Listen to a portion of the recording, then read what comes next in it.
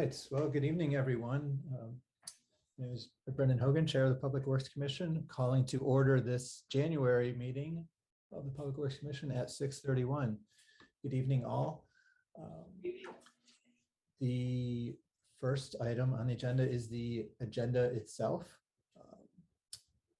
Mr. Goulding, you were to share that. There we go, right? One step ahead of me. Thank you for that reference there.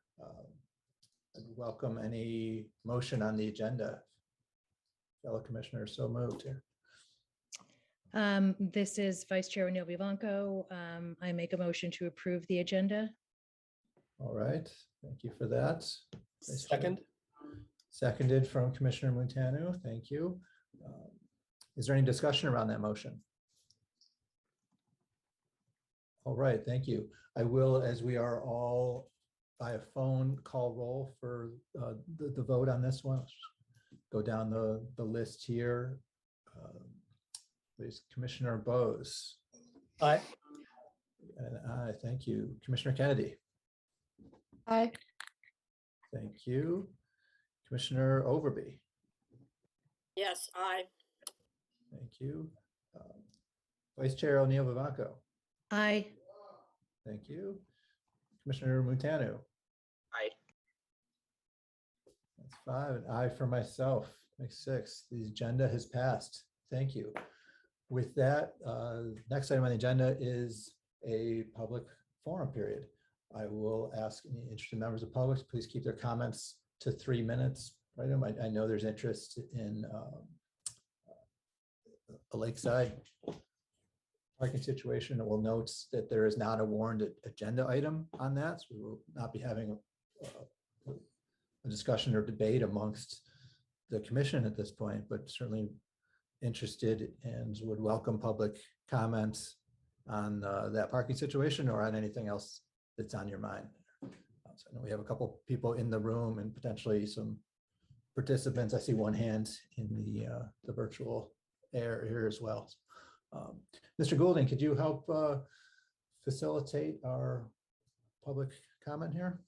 Sure thing, Chair Hogan. I know the folks in the room, I think, are mostly here to talk lakeside. If it makes sense, I'll promote the person for now that's virtual. They may have another topic, and then we can come back to the room and have everybody speak kind of in sequence, if that makes sense. That works for me. Thank you. You're welcome, Monster. And just for other members of the public who are joining remotely, if you intend to speak during public comment, please do use the raise your hand feature on Zoom. And you can find that at the bottom of your Zoom screen, and you might have to hit the 3-dot ellipses or some other means down there, but hopefully no trouble there. So to start with, Karen Long, it is you're up to speak. How's that? We can hear you. Can I unmute myself? Yes? We can hear you. Yes, welcome. Great, thanks. Well, this is different. I'm seeing, I don't know, lots of other people that aren't. It's an advertisement I'm looking at. Anyway, I'm coming and I'm not sure if I should wait and speak after you talk about the Great Streets and the TIF proposal, the downtown TIF. I've heard a presentation at City Council and I've heard one at my Ward 1-8 NPA, and Brian Pine claimed unequivocally that 2 projects were permitted and the 3rd was anticipated that were enough to fund this TIF bond that is being asked for us. I called zoning, and one of the projects is the YMCA Hotel, which was approved in August 2019. And they have had 2 extensions and they will not be allowed another one. So that's kind of on hold. There is no other project in the queue to be, that's going to help pay for this TIF bond. So I want to know about that. I want to know why Brian is going to all our NPAs and sharing these rumors. So that's it. And I also question the need for the Main Street, that much money that we are going to spend. because we need a high school much more than we need a great street. So I really hope that DPW will hold back on this. I know that Laura Wheelock is going around also at the NPAs and promoting this. I asked her about the parking we would lose, and she said she didn't know. But I went to meetings, DPW meetings about Great Street several years ago. And I know that you folks had a number of parking spaces we would lose because diagonal parking, you can put more cars than parallel parking. So I'd like you to come forward with truthful facts, please. And let's hold off on borrowing any more money until we get a high school. Thank you. All right, thank you. Chair Hogan, if it's works for you, I'll turn it over to the folks in the room. I know that I think everyone's signed up to speak here. Yes, please do. Hi, everyone. It's Maureen Fry again, meeting number 4. So what I want to boil this down to is I've been working this issue since October.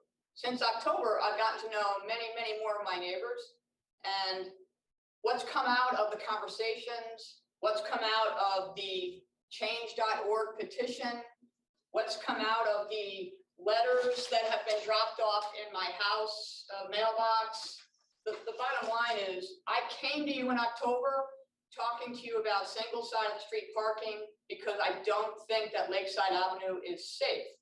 What has come out of my research is that not only is it not safe, and many, many people agree with me on this, my neighbors mostly, is that it's not just that issue anymore. It's the creeping of hula tenants and guests creeping into the neighborhood and taking the very limited parking that's happening in the Lakeside neighborhood. So it's not just about safety and single side of the street parking. It's all about, it's become as well about the fact that the hula organization has way more than 500 parking spots.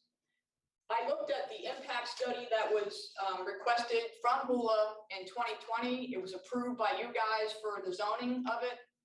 And they talk about how they only need 308 spots, and yet they have 360 spots, and they actually have 370 spots. This is all on-site parking, okay? Since that time, they have acquired 125 Lakeside Avenue. When you guys approved the parking plan, I mean, when you guys approved the traffic impact plan, it was based on-campus parking. And there's supposed to be no impact to the neighborhood. That was one of the approval conditions. Conditional approval will adopt conditions associated with parking management plan to assure success of the plan and to prevent any on-street neighborhood parking with the expanded building. So what has happened is I have come forward and tried to get my data in a very transparent manner. And I reached out with Burlington, Vermont Public Records Act request. I got information from DPW. I got it from Burlington Police. I've had conversations with safety officials at Burlington Fire Department. The bottom line is the metrics of the street, based on the information I got, to be able to present to you, Commissioner Chair, and all of your commissioners, and to work with the director, is that the metrics don't support what has been happening on the street. This spreadsheet that I got says that there has only been 1 car towed in 4 years. I have pictures of 5 cars towed in 5 months. And so when I reached out to give DPW a chance to go back over their data, they're standing by the fact that there's no discrepancies. So Hula has plenty of parking They have 125, they have on-campus parking. The reason they were able to build the building that they did was because they told DPW and all of you that they were not going to encroach on our neighborhood. And so here we are in January of 2022, and we have a lot of activity on the street. So my point to you, my request of you, Director Spencer Chapin and Director Hogan and all of your commissioners, is that you go back and you verify the data and you cross-check it to see what the actual activity in the neighborhood is, because it is not reflected in the metrics that I received. And so I have asked you to defer judgment on this situation in December because I couldn't be here to present, but I gave you the information that I had available. And I told you I was going to be reaching out for the metrics. Well, I've got the metrics now, and I have 113 people, 85% of which are from the neighborhood or from Vermont, that have signed a petition that says, we agree, Lakeside Avenue is not safe and something has to be done. And so in a perfect world, if I could wave a magic wand, it would be single-sided street parking on Lakeside Avenue, and it would be tenant-only parking in the rest of the neighborhood. But I've done my due diligence. I'm asking for the public officials to weigh in. That's all I can do, is to ask you to dig down and do your due diligence and really find out what is happening on this street with one avenue in, one egress route, with a bar and an organization and commercial traffic and waste management, 3 different waste management companies, delivery companies, people walking and biking and running. And I can tell you this, now that Oak Ledge Park is open, thank you for that. You guys did a great job, got that done.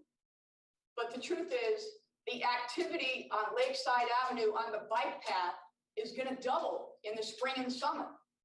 And so if you choose not to acknowledge the activity on Lakeside Avenue as it is today and as it has been, then this summer is really, really going to be active.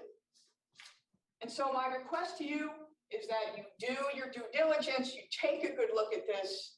If you need me to chime in again, I will, but I have to tell you, I have put in time and energy and resources. I've spoken to my neighbors. They have told me they want the same thing. And here we are in this environment where nobody can be here really to talk about it in person. I think you would have seen a whole different side to this discussion if the room was full of people. So I'm begging you, please take another look at this and really evaluate it based on transparent metrics. Because I can tell you, if I reach over and grab my Thank you, Ms. phone- Fry. Can I ask you to conclude? I mean, I'm hearing your time here. Okay, will you yield me a few minutes, 2 minutes of your time? Well, Ms. Fry, we've gotten 7 minutes, 8 minutes now. When I asked you to conclude your remarks, I've heard what you said. I've got your emails. Okay, We will do our due diligence. just do your due diligence. Just check out what's happening on Lakeside Avenue and in the neighborhood as a whole. Got it. Thanks. Bring in hula. Thank you. Thank you. All right. Anyone else signed up to speak? Is anyone interested to speak? We got a couple other hands in the air. Is anyone in the room like to speak? As long as we're in the room. There's someone on the chat link that can talk, or I can I talk. think you folks are next up in queue, so. Yeah, we're you're saying welcome to we're speak. gonna keep talking about the Lakeside Avenue with anybody that wants to talk about it, and then they'll move on to another subject. Okay. My name is Beverly Kehoe. I moved to Lakeside, to Central and Wright Avenue in September. I'm also a tenant at Hula. I joined Hula in June when I was here on a temporary basis, and I fell in love with the Lakeside neighborhood as well as Hula. I have seen the parking from my perspective, and I think that there are issues, but I think that they're solvable. And I know there's a lot of history behind some of this data, and I would actually love to see what you have, because I agree with you that the actual metrics are important. I have anecdotal information. So from my second floor apartment at the corner of Wright and Central, I never see not a parking spot. There's always a parking spot available when I look out. I also know that Lakeside Avenue gets busy. It's empty in the evening, and I don't know if there's parking that's a problem for residents that happens during the day, but it seems to me that residents are more out during the day, and Hula is there more during the day. Where I've seen the greatest impact on the street is actually when St. John's Club has events. So that's been there forever. I'm sure it's grandfathered in. So I'm interested in finding more information about what's happening. But I love Hula. It's an incredible place to work and supportive. And but I also understand that Lakeside Avenue needs to preserve the quality of what it is. But there's also been historical, from what I understand, historical data that there were commercial ventures there, and it's been converted to residential. So there's an ebb and a flow that happens, and I agree that it needs to stay in a consensus framework for how that happens. I don't know what would have happened if Hula didn't buy that building, and that's a whole nother story, I guess. But in terms of providing an environment for high-tech jobs, I think that Hula is an incredible resource for that.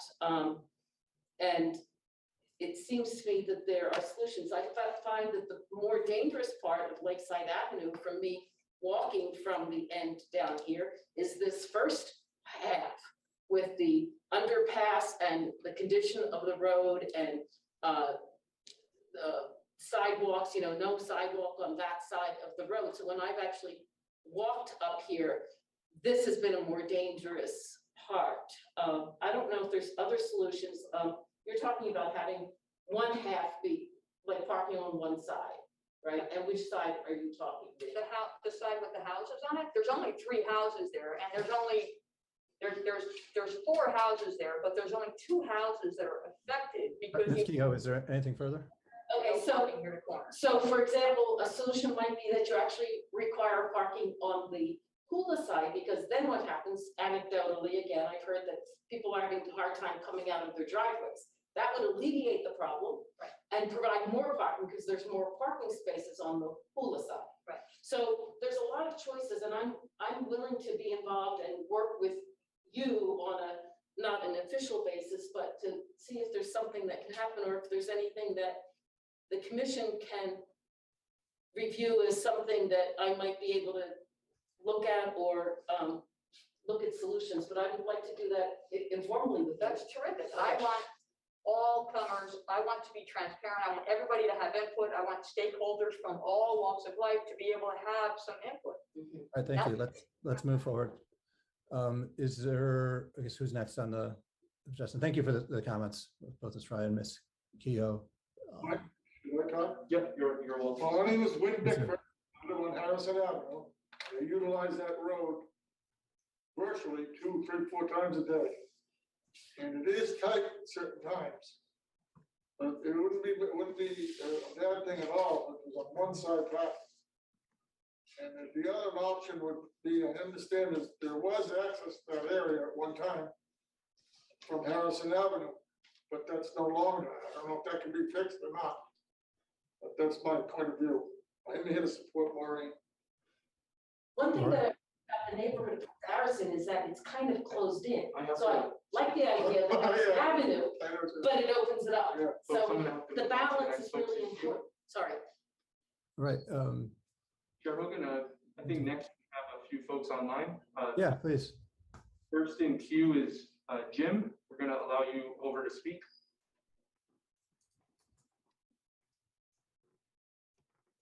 Can you hear me? Yes, we can. Jim, welcome. Okay. Can you say your last name as well for our record, sir? Yeah, it's Dunn, D-U-N-N. Thanks, Jim. Welcome. So yeah, I live over on Central Avenue at the end of the street, and I've written it a few times as well.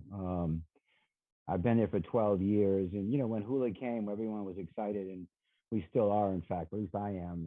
As people have said, it's an amazing facility and an opportunity for Burlington, but we all knew it was going to create some traffic issues. And, you know, I guess I hadn't really thought about the idea of them parking on both sides. The street itself, you know, if you come up into our neighborhood, is a little bit awkward. You know, you get swung over to the left a little bit. Chapin will know this since he lives in the neighborhood. And cars that are parked at that end are literally sticking out in the road. You have to make a bit of a turn to get over into the lineup of the road to begin with. And then with cars on both sides, some of them pickup trucks, particularly with snow on the ground where they can't get that close to the curbs. I mean, it is a very tight, busy street. I don't know about dynamics in terms of the right size to make it parking on one side, but I will note, and most of you may know, that historically there was only parking on one side because on the Blodgett side, there was no curb. It basically was their parking lot right to the street. And people would pull in and bring their pickup trucks and point them out. And then they would leave and just go straight out. And so there was no parallel parking on that side of the street. So not only did they build that side of the street out, you know, but then they extended it out with one of the pedestrian barriers. And overall, the street is substantially narrow now. And combined with the amount of traffic that's going through there, it does. I mean, you have to, you know, again, you need to slow down anyway. But there are times when there's been delivery trucks that stop and it literally is impassable. And I have to think at some point or another, you know, there's some emergency vehicles could have some difficulty getting in there as well. The other issue that I have written about, and I don't want to take much time here, but is at the end of Lakeside Avenue, we now have a very busy intersection. Before, what we had was that you get to the dead end street, basically you could go into the St. John's parking lot, or you could turn left on Central Avenue. Well, now we have a right turn that takes you in behind Hula, where all, or at least some of the cars are parking. And that is a constant in and out flow. So what you have, if you can imagine, is coming up Central Avenue, you've got cars parked on the right, so you can't see ahead. And as you approach that intersection, you've got people coming up out of Hula and pulling right out onto Central Avenue and turning. And it is just a matter of time before there are going to be accidents there. I had suggested I think Click Fix or something about a stop sign getting put at the exit where people are coming out from behind Hula, so they at least stop and look before they pull out onto Central Avenue. So there's some things that can be done here. It is a problem. I mean, I'm not one to complain a lot, but it is a serious problem. Everybody's happy with the neighborhood with the addition to this. Parking in the neighborhood, I think there really does need to be a study looked at whether or not residential parking is appropriate there, because we were promised there would be no impact. And there is an impact. It varies from day to day, but there is a significant impact as well. So I would ask that you take a look at that. And I think if there was a resident only parking, it would force people to do what Russ said that they would do, which is to park on their own property. They have the property, they have the space to do it. It's just a lot closer to where they work if they can park right in front and walk in. So I think some of that needs to be done to incentivize, you know, what Russ created back there and to use that space. So thanks very much. I appreciate your time. Thank you, Mr. Dunn. Chair, next in sequence is John Kello.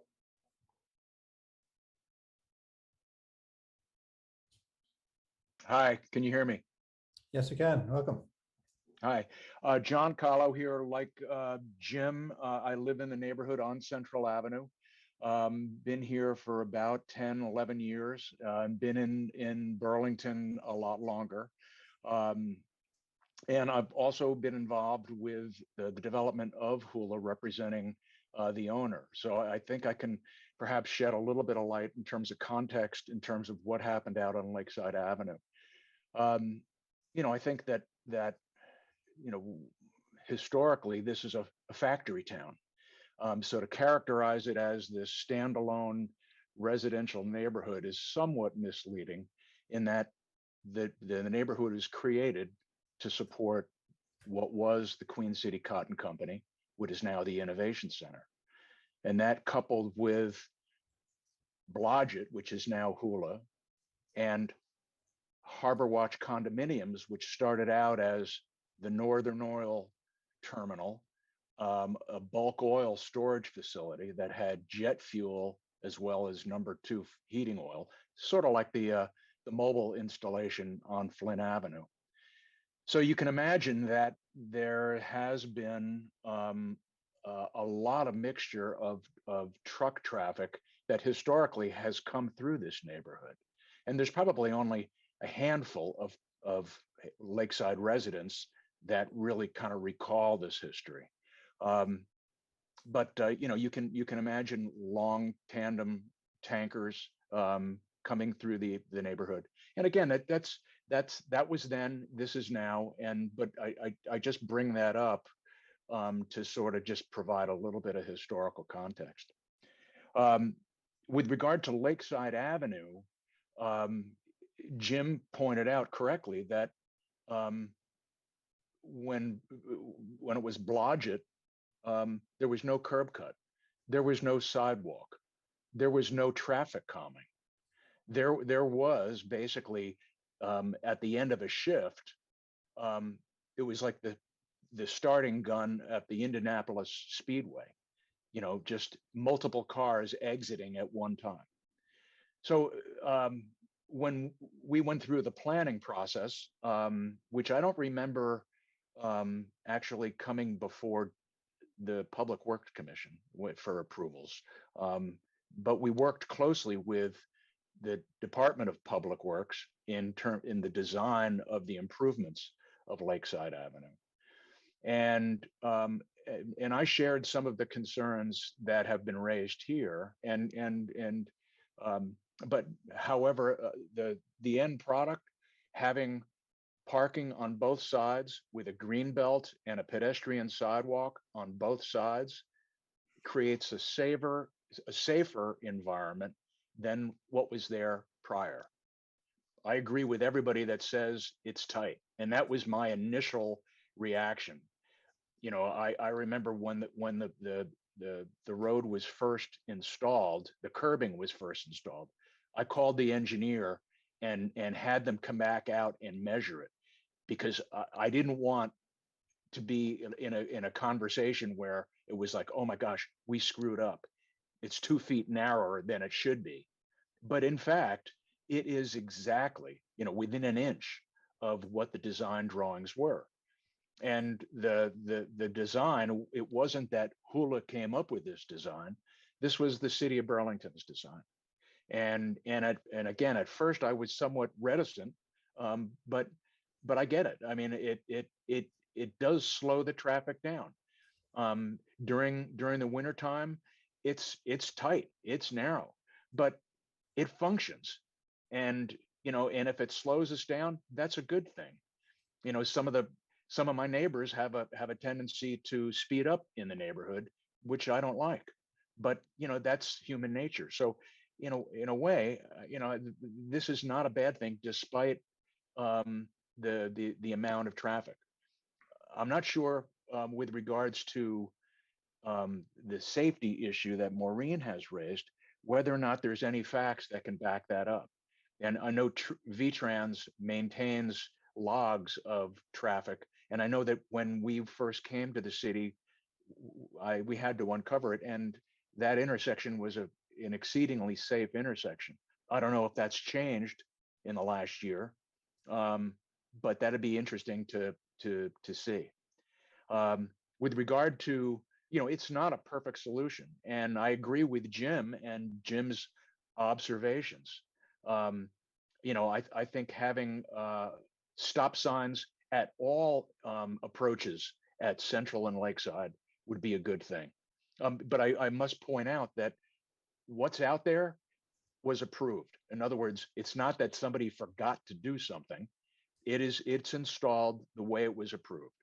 Now, that doesn't mean we can't change things. And you know, if I had a do-over, I for sure would be interest. I think I'd like to see stop signs at Central Avenue, at Hula, and coming out of the so-called St. John's Club parking lot. And maybe even on the westbound on Lakeside Avenue. I think the other thing too is that we may want to Mr. Coe, you're at time here. Could I ask you to conclude your remarks? Okay, just I just think that there is the ability to maybe improve sightlines too by eliminating a parking space or two. But I do think that you know, that we can't, you know, that we have safety as one issue and parking management is another, but let's not conflate those. And if the final remark is that if the city is interested in residential parking only, that's fine. Hula will not object to that at all. Thank you. Thank you. Next in queue is Maggie, joining us remotely. Hi, can you hear me? Yes, we can. Welcome. Cool, thank you. I am calling in to ask about putting in a stop sign at the intersection of South Union and Adams Street. Every single other intersection along South Union around that intersection has stop signs, and Adams is really steep. So when you're driving up it and you're trying to make a turn onto South Union, there's cars parked along South Union and it's hard to see oncoming traffic from either direction. So I feel like a stop sign, like a three-way stop, would be really useful in preventing any crashes or anything around there and to make it safer. And that is all. Thank you. Maddie, can we get your last name as well for records? Matthew? Maddie Matthew. All right, thank you. Yep. That is in queue, Chair. All right, great. Thank you all for the remarks. With that, I will close the public forum and move forward to item 4 on our agenda, which is the consent agenda. There are 2 items on the consent agenda: approval of minutes from the December meeting and parking removal on Caroline Street. There was a couple of minor edits to the original draft minutes that were circulated earlier today.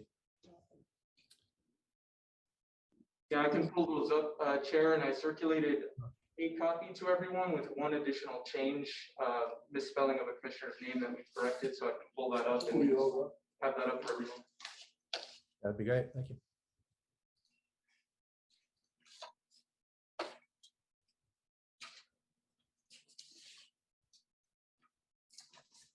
All right, we got Vice Chair O'Neill's name corrected. Thank you for that. Let's just scroll down and highlight if there's a couple other key edits. There we go. Okay.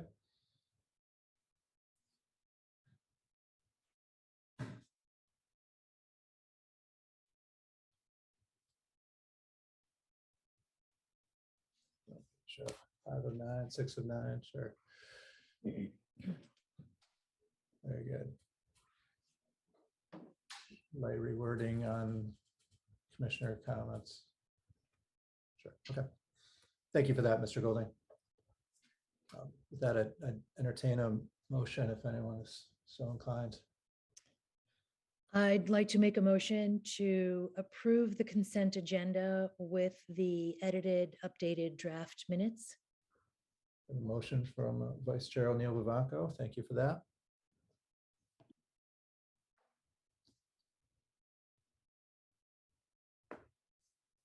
Is there a second? I'll second that. Thank you, Commissioner Kennedy. Is there any discussion around that motion? All right, seeing none, we'll go to a vote. Commissioner Bose. Aye. Thank you. Commissioner Kennedy. Aye. Commissioner Overby. Aye. Vice Chair O'Neill Vivanco. Aye. Commissioner Montano. I wasn't at the meeting. Should I abstain? You're welcome to vote if you're. Oh, aye. You read it? Yeah. Take an aye and an aye for myself. Right, the consent agenda is passed. Thank you. Moving forward, item 5, revised capital plan and Main Street, Gray Streets. Proposed ballot items. Thank you, Chair Hogan and commissioners for giving us time at tonight's meeting. Fortunately, we had a light agenda and have an opportunity to delve into 2 very significant proposals to dramatically reinvest into our city. And I wanted to make sure the commission had the opportunity to weigh in on these items before the council decided whether or not to place these on the ballot for the town meeting day 2022 election. And so we have 2 presentations tonight, one on the revised capital plan, which has been reduced in size and scope since we presented to you last. As you recall, the special election did not receive the 2/3 majority for approval of the original bond proposal. So we are returning with a smaller proposal and want your input on it. And then the Main Street Great Streets project, which has been a project 10 years in the making and has a way to fund a generational upgrade without impacting property tax owners or property taxpayers, excuse me. So I have with me tonight City Engineer Norm Baldwin and Senior Engineer Laura Wheelock and Engineer Olivia Doris, who are going to present. And if it's friendly to the chair and the commission, maybe have the 2 presentations follow each other, or we could do questions after either. It's your prerogative. Kind of taking one at a time. Maybe with the discussion. Okay. That is fine. We thought we'd start with the revised capital plan, and City Engineer Norm Baldwin, do you want to give the overview? Yeah, sure. Thank you. Thank you, everyone, for your time. So as you're aware, there was a December bond vote seeking to propose a bond vote for the next 3 years of fiscal year 23, 24, and 25, valued at $40 million. Of that vote, 57.3% voted in support of it. The bond vote did require a majority vote, so it failed. 57.3% is, in our eyes, is certainly a vote of some measure of support for what we're proposing, what we're asking of the voters. And so the mayor, taking this to heart, understanding that many people see that there's opportunities with potentially federal dollars and the challenge of building a high school, that there's some hesitation on the voters' part. So in reflection, we still have a continuing need to address significant, serious issues and ongoing obligations that moving forward. So what the mayor's proposed and asked us to do is prepare a revised capital budget or bond vote that in working in the capital committee came to a value of $25,900,000. And that had a number of elements, both public works and other departments, that were in play. City And I Engineer did Baldwin, send, do you want me to share the presentation while you're talking through these changes? yeah, if you could share the spreadsheet that shows and indicates the revised numbers, that'd be great. Okay. And I can Great. talk specifically about public works elements. So for public works in these different categories, our interest in serving the infrastructure that we're responsible for, there was a category called local match, which includes a number of federal projects that we're managing that require local match obligations to be paid moving forward and continuing here and into the future. As you can see, the local match had changed from $3.5 million in the previous request to $4.5 million, in large part due to increasing or capturing some of the dollars that were within the bridge segment to fund federal dollars for local match dollars for federal funded projects. You'll see streets and bridges, we went from $1.4 million to $2 million. That was to fund immediate need bridge work and additionally a 1-year paving program or enhanced paving program. Transportation improvements plan continued to be $2,500,000. And then bridges were striked out because we're moving that money into the local match to pursue federal funds and delay some of that work that is not as urgent. But certainly we have bridges that have an urgent need. Laura has pointed out to me that there are 2 particular bridges. Even more recently, Queen City had a vehicle impact railing and has to be replaced. There's also bridges on the belt line that have been damaged through in the past year. So these are new developments, but we've accounted for them in this revised plan. When presented this to the Board of Finance on January 10th, Board of Finance asked us to reduce what we resubmitted at 25.9 to potentially to 20 million, and to understand what the consequence of that would be. In addition, they asked us to provide further specifications within those specificity within those categories. In other words, list the individual projects to really assert the need is there and what the consequences if we don't move forward. Staff has, since that January 10th meeting, been working on preparing more detailed listing, and we are scheduled to go back before the Board of Finance is coming Thursday, January 20th. So there is been a significant amount of work to improve and sharpen the numbers within these categories, but there is a strong urgent need. And in fact, today I looked at some of the local match obligations. I think we're frankly not fully funding all our future obligations moving forward in the next 3 years. So those things need to be identified, understood, and part of that decision-making. We plan to present some of those pieces of information as we refine that information.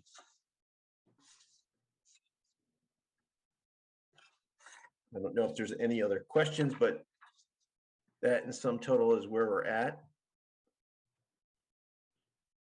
So I think City Engineer Baldwin, one thing to add on this presentation is just the general impact to property taxpayers of this smaller bond. Previously, the $40 million bond peaked out at impacts to property taxpayers of an average new median valued home of $13 a month. You'll see here with this smaller bond proposal, it peaks out at around $7.39 a month for the median value homeowner. So we have a larger presentation here, but we can hit it with any questions, and thanks for your time. All right, yeah, thank you for that introduction here.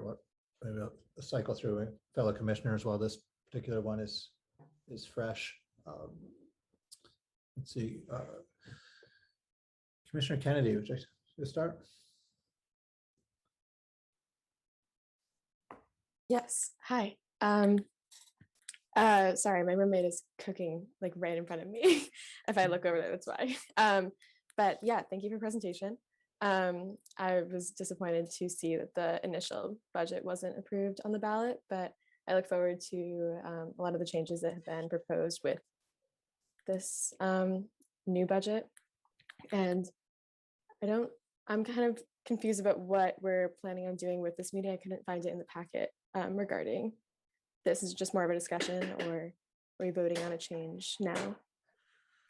So we're just trying to keep the commission informed of the quick moving parts to these conversations with the Board of Finance and the administration, engaging the Board of Finance and Council. Obviously, the commission has a vested interest in some of the infrastructure systems that we maintain, and to make sure that we're seeking to address any issues that go with the deficiencies of our systems. Great. I mean, I'm not sure that I have any real questions, but yeah, I appreciate being kept updated, and thank you. Thank you.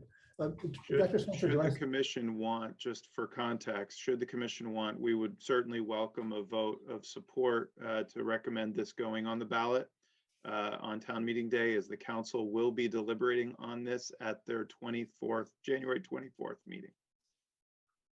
Thank you for clarifying. I was just going to ask you for that. That's why it was warned as an item with a vote. We have that option. Yep. Thank you. All right. Commissioner Mutanu. Hey, yeah, thanks so much for the presentation. My question is about the more recent, I guess, kind of cuts that the Board of Finance is considering to go from that 25.9 number down to 20 million, if I understood that correctly.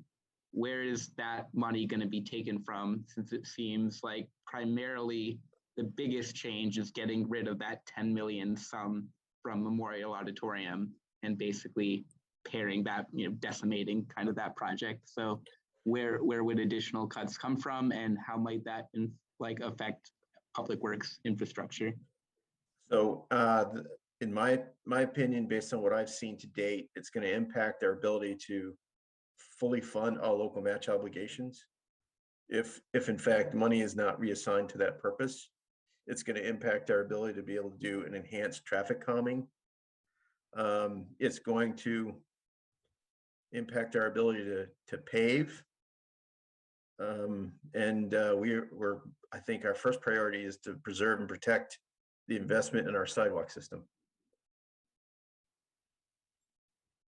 And yes, Memorial Auditorium did get significantly reduced, but some of our bridge work is being deferred to less immediate action to pursue federal funds.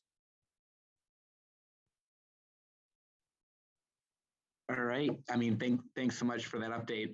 I support, the plan as it is now. I don't think, we really want any further cuts to delay any of these projects. I feel like maybe a big reason behind the hesitancy among the voters that did make it out to the special election was the uncertainty in the Memorial Auditorium project, since it wasn't immediately clear what that $10 million would be covering or really the anticipated use for the space. So I feel like any further cuts to current infrastructure and really, I guess, need to our actual public works, roads and sidewalks and such should not be considered as further cuts.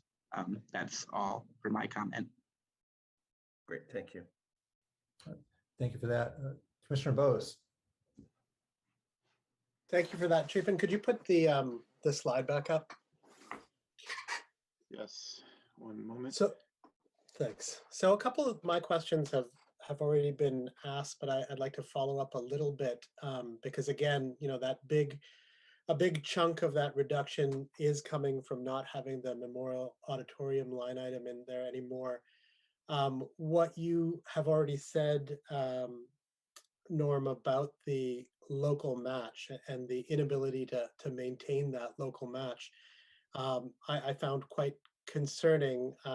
You've written in here in the revised budget an increase. And so just to be clear here, if you see that further reduction to the 20, not only would that local match go down from the increase that's in this revised budget, but it might go down even further.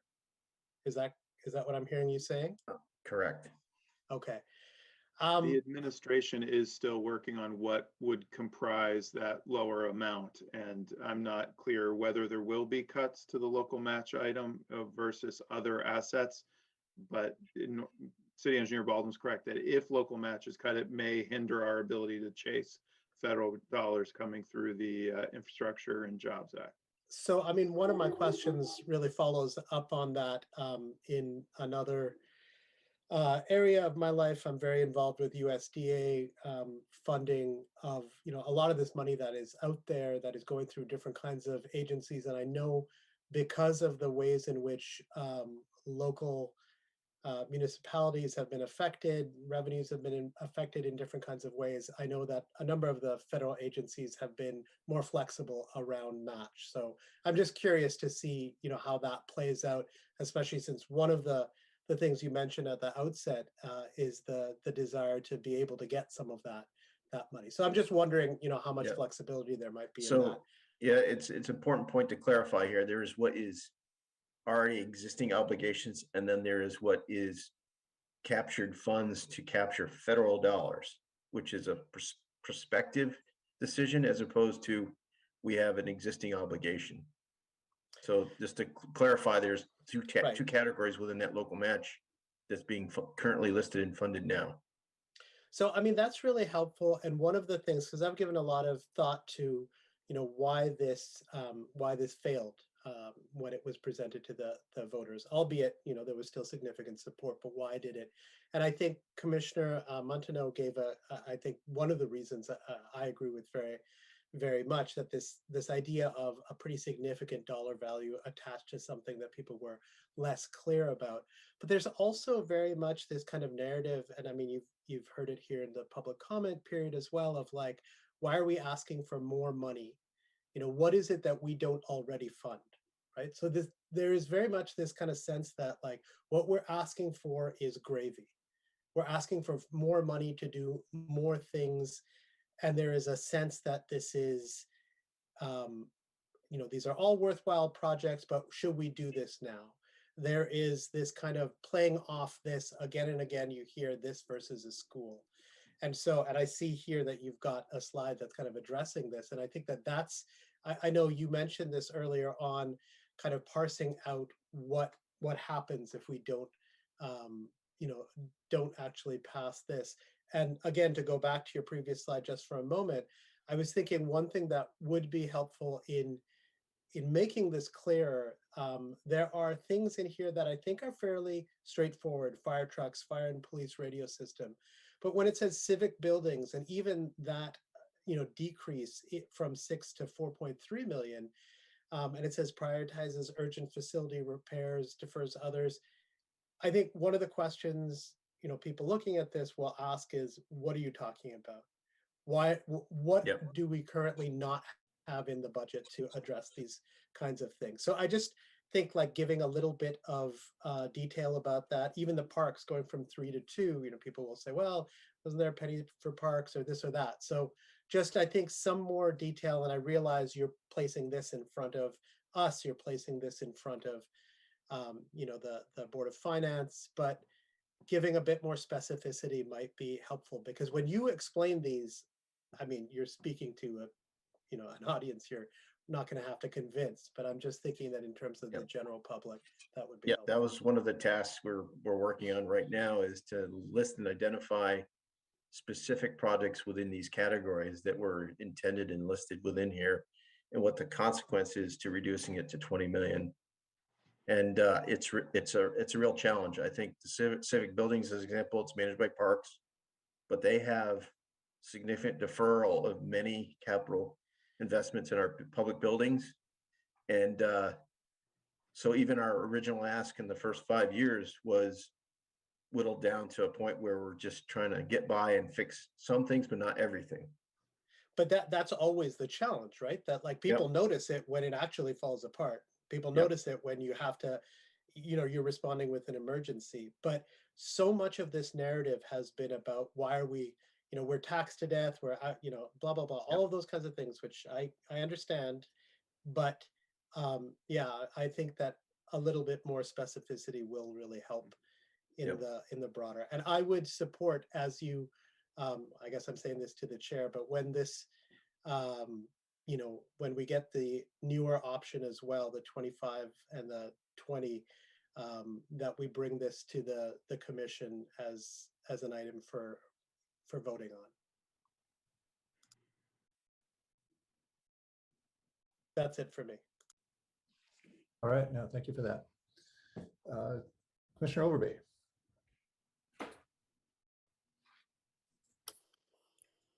Okay, I also have, I had some confusion from our materials about how much of it was going to be TIF related and TIF sort of supported versus general obligation. And this is somewhat clarifying that question, that this proposal is about the 25.9 general obligation debt, which is not anything having to do with the TIF project at all.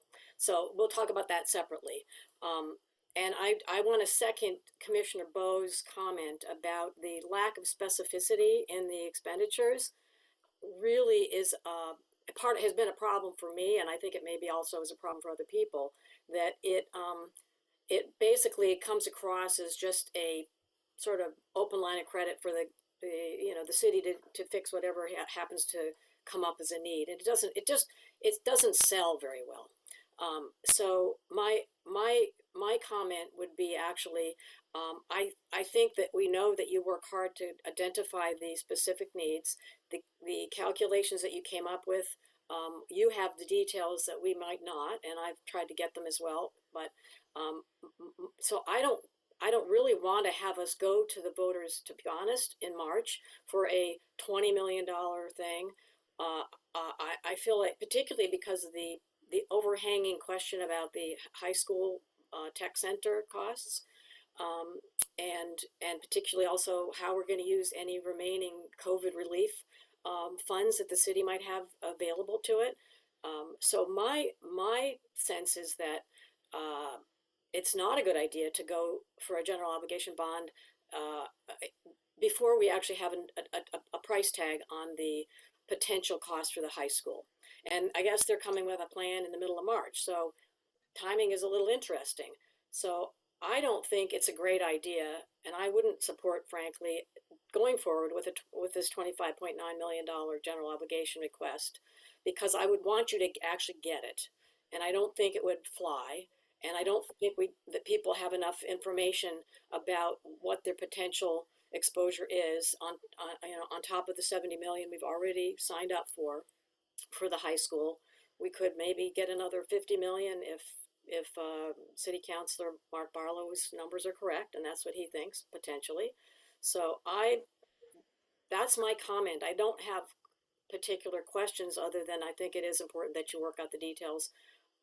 But I do think that it's not a good idea to put a general obligation bond like this on the ballot in March, if we really want to get it. And I would really like it to actually be something that could be passed, say, in November, or at the point where we sort of can put all the numbers together, the high school numbers we're looking at, the COVID relief, the max, what are we going to be able to do, get that money all figured out, figure out all of our expenses. We still got another $10 million potential borrowing of TIF for City Place. We've got TIF we're going to talk about next. So, a lot of money floating around. I do want to get this money for the projects that you guys have proposed. I don't think having a general obligation bond ballot item for March is a good idea to get that. So that's where I'm at. I would just caution you on that, in the respect that we are seeing bridge projects that really need our immediate care. And also we have, not within our department, but the fire and police, in terms of their communication systems, is in significant jeopardy. And so those are significant needs, and are not wants, but they are actual very real needs, immediate needs. So when we delay a bond vote, there's a consequence to carrying that risk. And maybe that's where, if those are the priorities, the communications equipment, that wasn't one of the items on your 25.9 million. That was stripped out, as far as, unless I was reading that No, chart. it's listed, but it's part of other disciplines within the city. Right. Well, I would really, yeah. I mean, if it sells, if you think you can sell it, I just don't feel like it's going to sell in any way, shape, or form, unless you're really detailed and it's, not 25.9. I mean, I just don't think it's going to work. So that's just my opinion. I'm sure you can, do your best job at it, but I would love to see you get that money to do those things that need to get done. And I just don't think it's going to happen while we're still in the haze of not knowing what the rest of our expenditures are going to need to be. So, and if the radio system is important, then that shouldn't have been taken out. That's a tricky thing. So thank you very much. I don't want to take more time. Yep. Thank you for that. That's great. I do just want to clarify for Commissioner Overby and for everybody, and it may not be clear, that what's highlighted here in the column of proposed items are items that have changed in value since the original bond item. Everything in the column listed proposed item adds up to the 25.9 million. That includes the fire trucks, the radio system, the sidewalks, everything. It's just highlighting what has changed. Hopefully that's helpful. That explains that, because I did not take it that way. I took it as those are the items that are going to be funded, and I didn't do the math. Thank you very much for straightening me out. No problem. Thank you for that. Vice Chair O'Neill Vivanco. Okay, I might need you to put that back up again, Chapin, in a minute, maybe. Yeah, this is also complicated, right? I agree with Commissioner Bose and Commissioner Overby about clarifying what it is some of those line items are.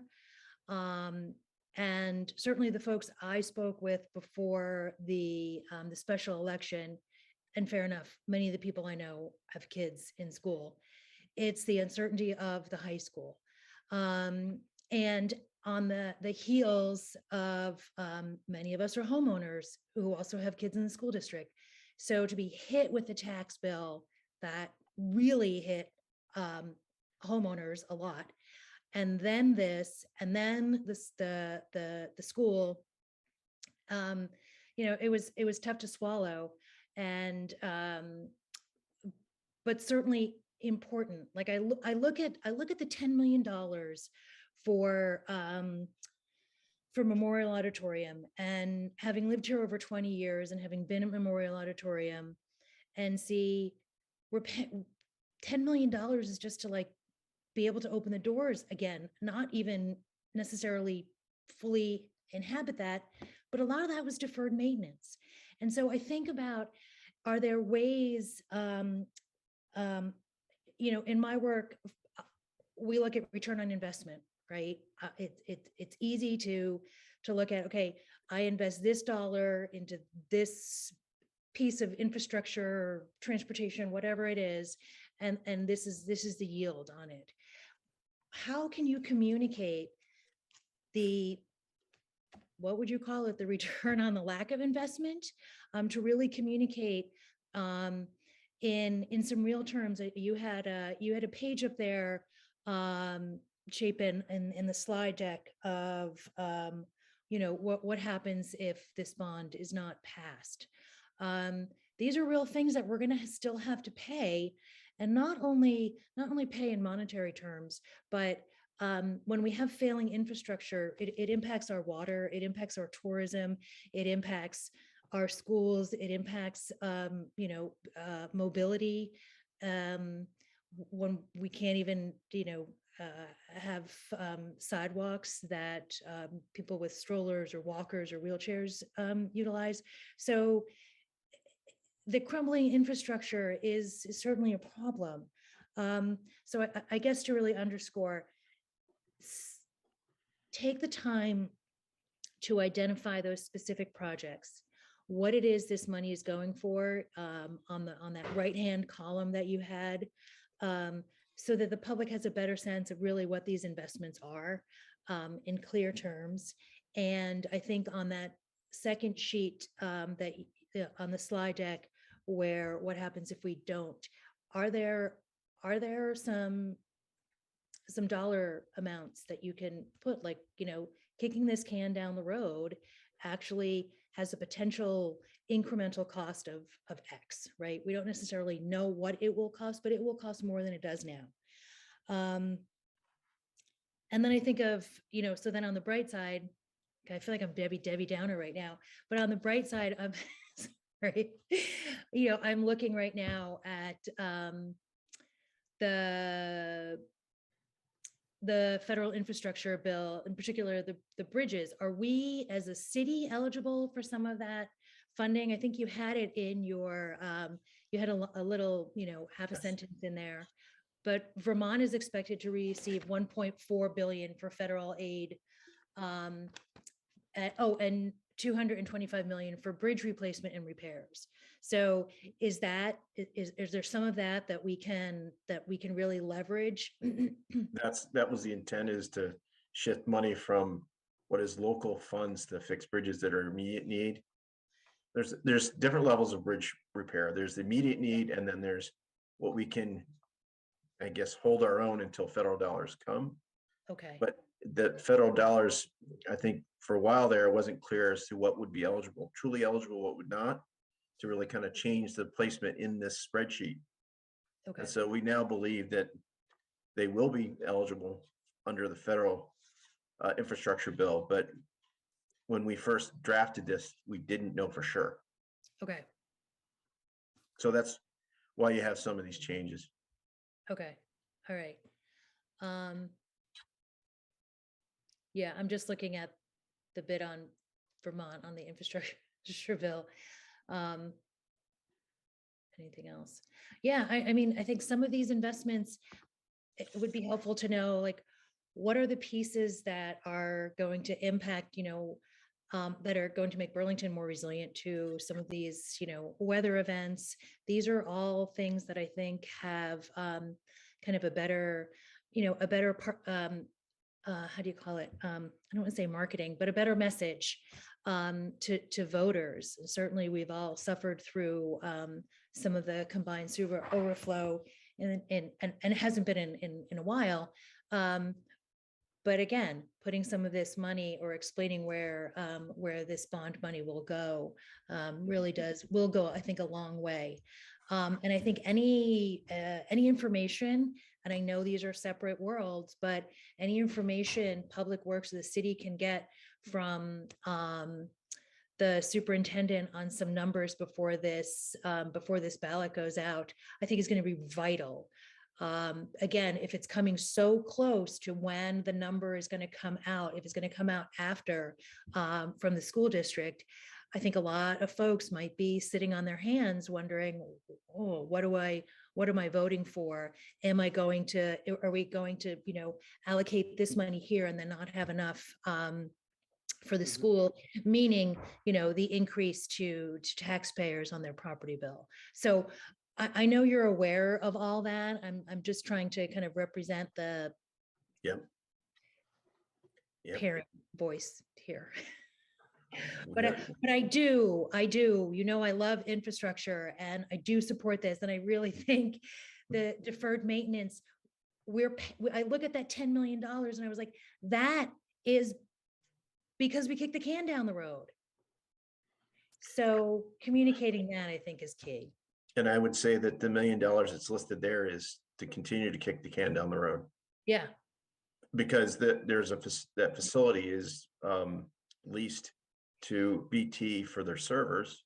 Mm-hmm. And that building needs to be reasonably preserved and heated while that lease is in place. And there's a consequence to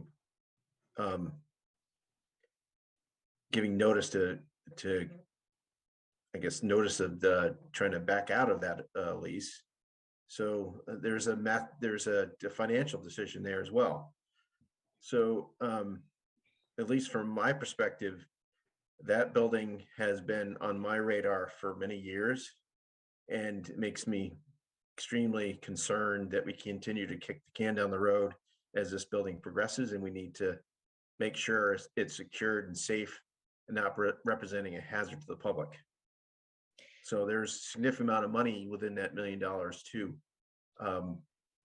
deal with all the masonry elements on the outside and exterior that with structural steel corrosion and expansion, that the parapets and elements have that potential of separating from the building, which we don't want to have happen. No, we don't want our assets to become liabilities. And I agree.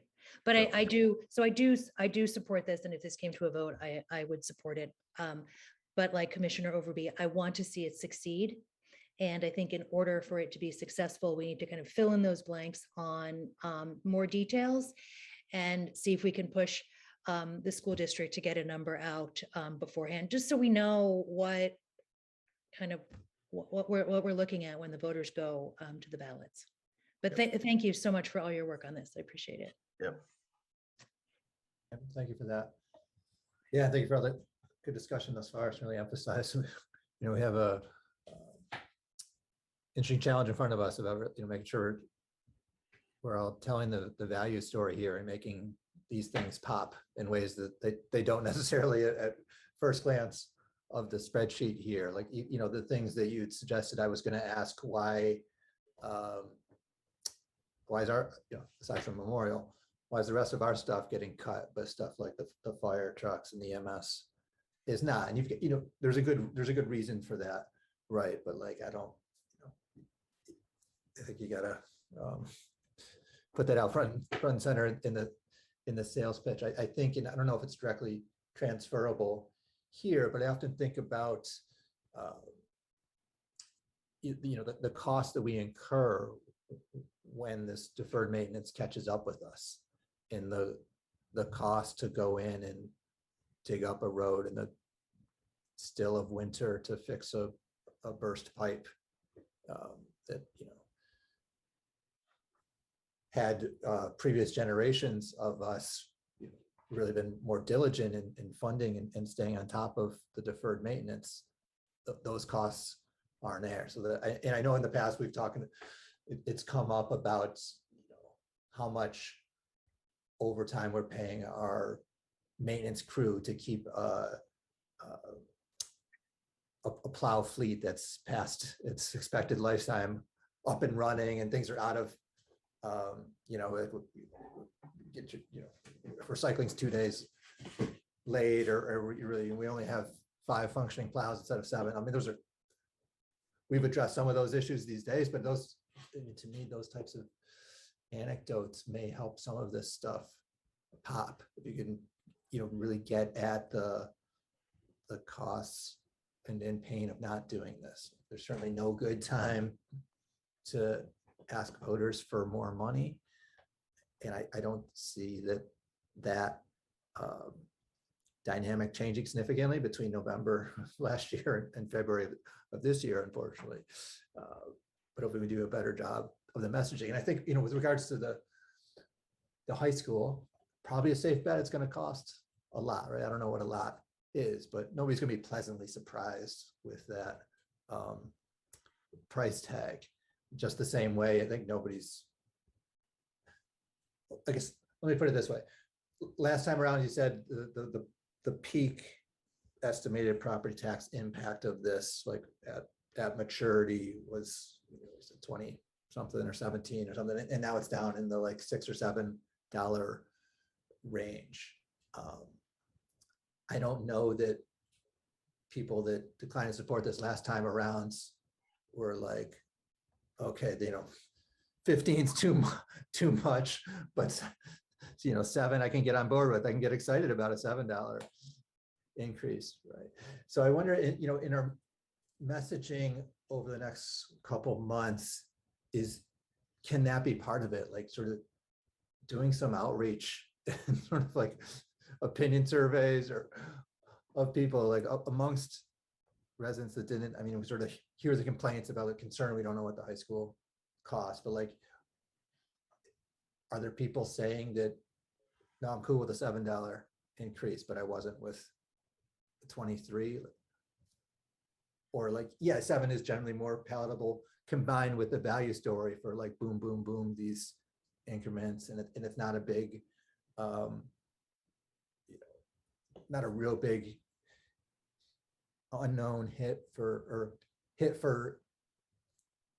unspecific things on Memorial, or a hit for unspecific things on this or that. I think as staff, we're challenged with just providing factual information versus advocacy, and we can't cross that line. Mm-hmm. And so if we have members of the public who see and understand what we're saying from a fact-based explanation, it's really on that, hopefully on them to step up and speak up about the consequence of these decisions.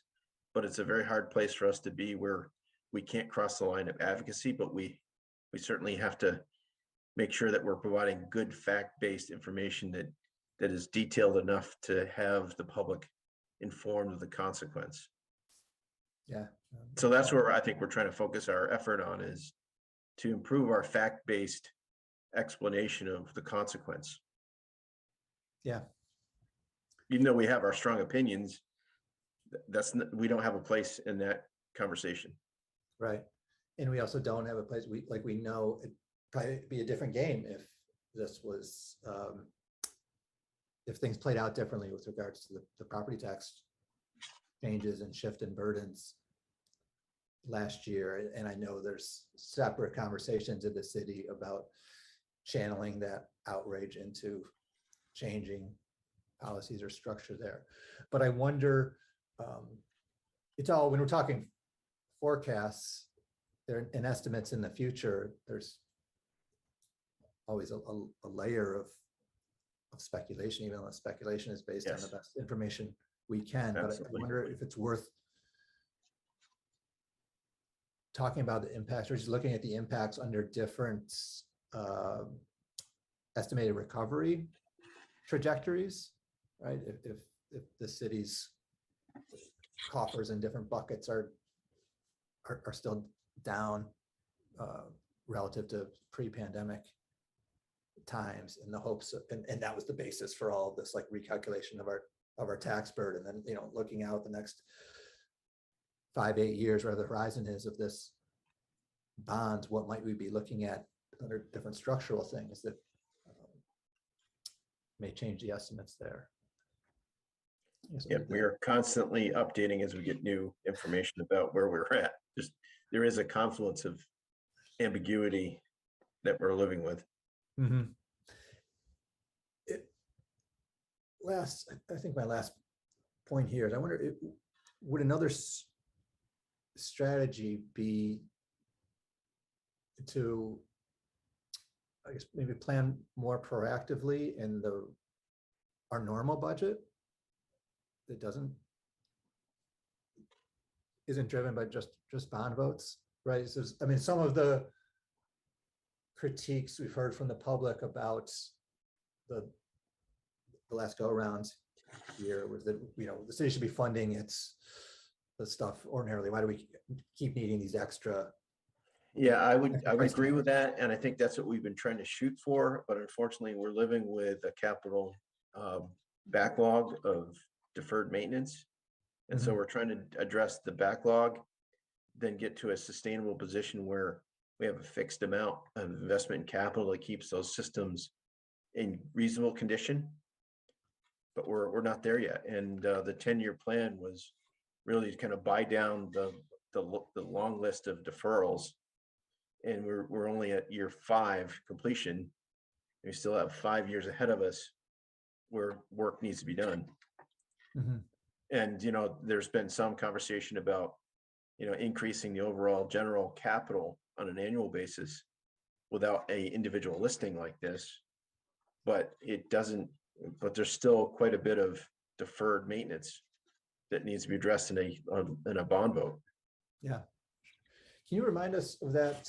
We're 5 or 6 years ago when the first sustainable infrastructure bond was put out,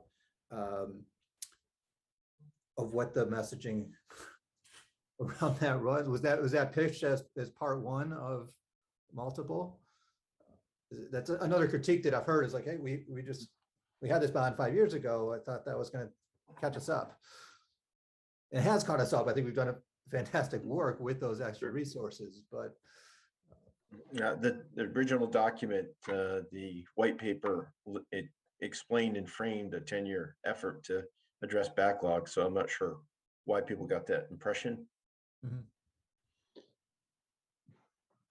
Yeah, we probably didn't get the message out broadly enough, but there is certainly language that talked about the ongoing need, but it is hard to make a complex discussion and in a short public communications channel. Yeah, that's noted. No, thanks so much for this. All right. Nothing else on my end. I wish you and all of us luck in putting a plan together that future us will thank us for. All right, so with that, I guess we'll go for next presentation here. Thank you, everyone. Yeah, and then we'll have open up for public comment after that. Great. Chapin, do you want me to start sharing the screen, or? Please do.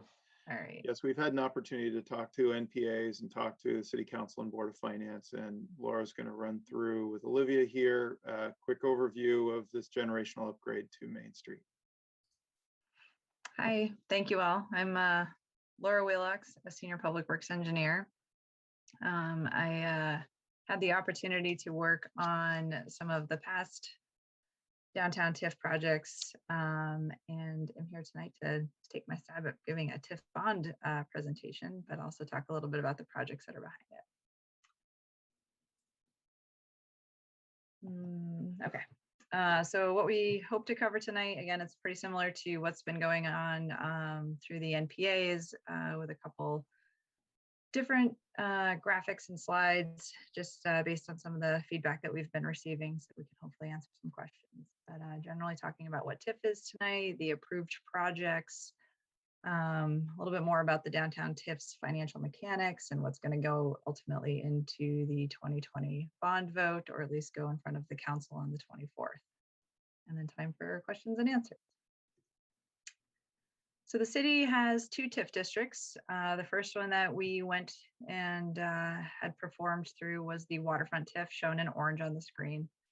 This TIF district was extremely successful for the city, which led the city in 2011 to work towards the downtown TIF district.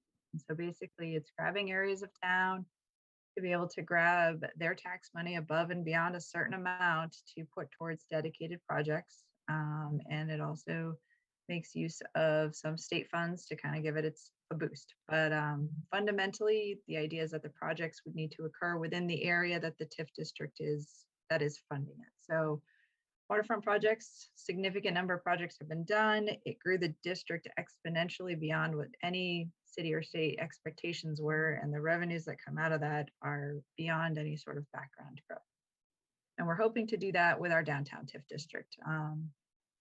And so that's this area in blue. It really takes the properties that could have development potential and adds them into the district. There are still some holes within our designated downtown or surrounding areas that you can see. But these were the areas in blue where they thought that new projects could occur to really kind of catapult the way that this system works. So speaking to the area in blue, the district was established in 2011 between the city and the state Vermont Economic Council. I'll refer to that as VEPC. The voters authorized this in a March ballot item. We incurred our first debt against this district, actually with the Marketplace garage repairs in 2016. And then ultimately, the idea behind the district is they want you to incur the debt within a short period of time. Usually it's 10 years. Because of COVID, we got 12. But basically so that we put the private improvements or the public improvements into the street, which will then continue to catalyst more private improvements. And so that looks somewhat like this circle over here. And there's a lot on the slide, but it's really out there to more so that it's a standalone piece of information. We'll talk about most of what's here, but it allows people to see it after the fact and know what we were talking about. But really what we want to do with TIF is you want to take a municipal bond, put a large infrastructure, public infrastructure project in our right of way. That reinvestment in our infrastructure spurs private development projects to build, construct, improve within that blue area, and ultimately will take their property taxes, their new property taxes, not their existing, but their new property taxes, to pay back what was invested. And so that's kind of represented over here on this chart. This is the original taxable value of all of those properties in that blue area in 2011. This will stay. It continues to be divided into what goes into the city's property taxes as well as the state's ED's property taxes. What's happening from this point up is the city is basically starting to collect that increment, and it gets reserved. It is a dedicated special reserved fund. It's not the general fund. It's not a general obligation. It is a special fund. And so the city has been collecting since 2011 the increment as other projects within this district have developed. The Hilton Garden in the downtown, Stratos, Champlain College. There's a few other significant ones that have occurred that have already started generating increment in the district. And the end goal or the end projection with what went into the city council back in October is that the end value of this district, when everything completes, we pay back our bonds, is that the taxable value went from 170 million to 346 million. And again, really, this is the city doing good on our own infrastructure and getting an amazing project in our public rights of way and encouraging private development. So I've added in a couple more really nerdy slides that came from the city council presentation on January 10th that weren't in your packet. So I will provide the new one, but this is hopefully to answer a few questions. Essentially, as of the start of the fiscal year, that special revenue that the city has collected but can't use for anything else is already at 1.7 million, almost 1.8 million as of the start of the fiscal year. As we do our revenue projections over the life of the district, these numbers could grow at, up to the 2.4, 3.5, annual revenue coming into the city from this district until the end of its life in 2036. Based on the project that I'm about to talk to you guys on Main Street, the bonding, it's kind of a bit of a curve as to when it's its most expensive. The highest annual debt that we'd ever have to pay back on a bonding is about 3.1. And so essentially this is trying to tell everybody that the amount that we have coming in from the district can more than cover all but like the 1 or 2 really most expensive years, everything that's needed.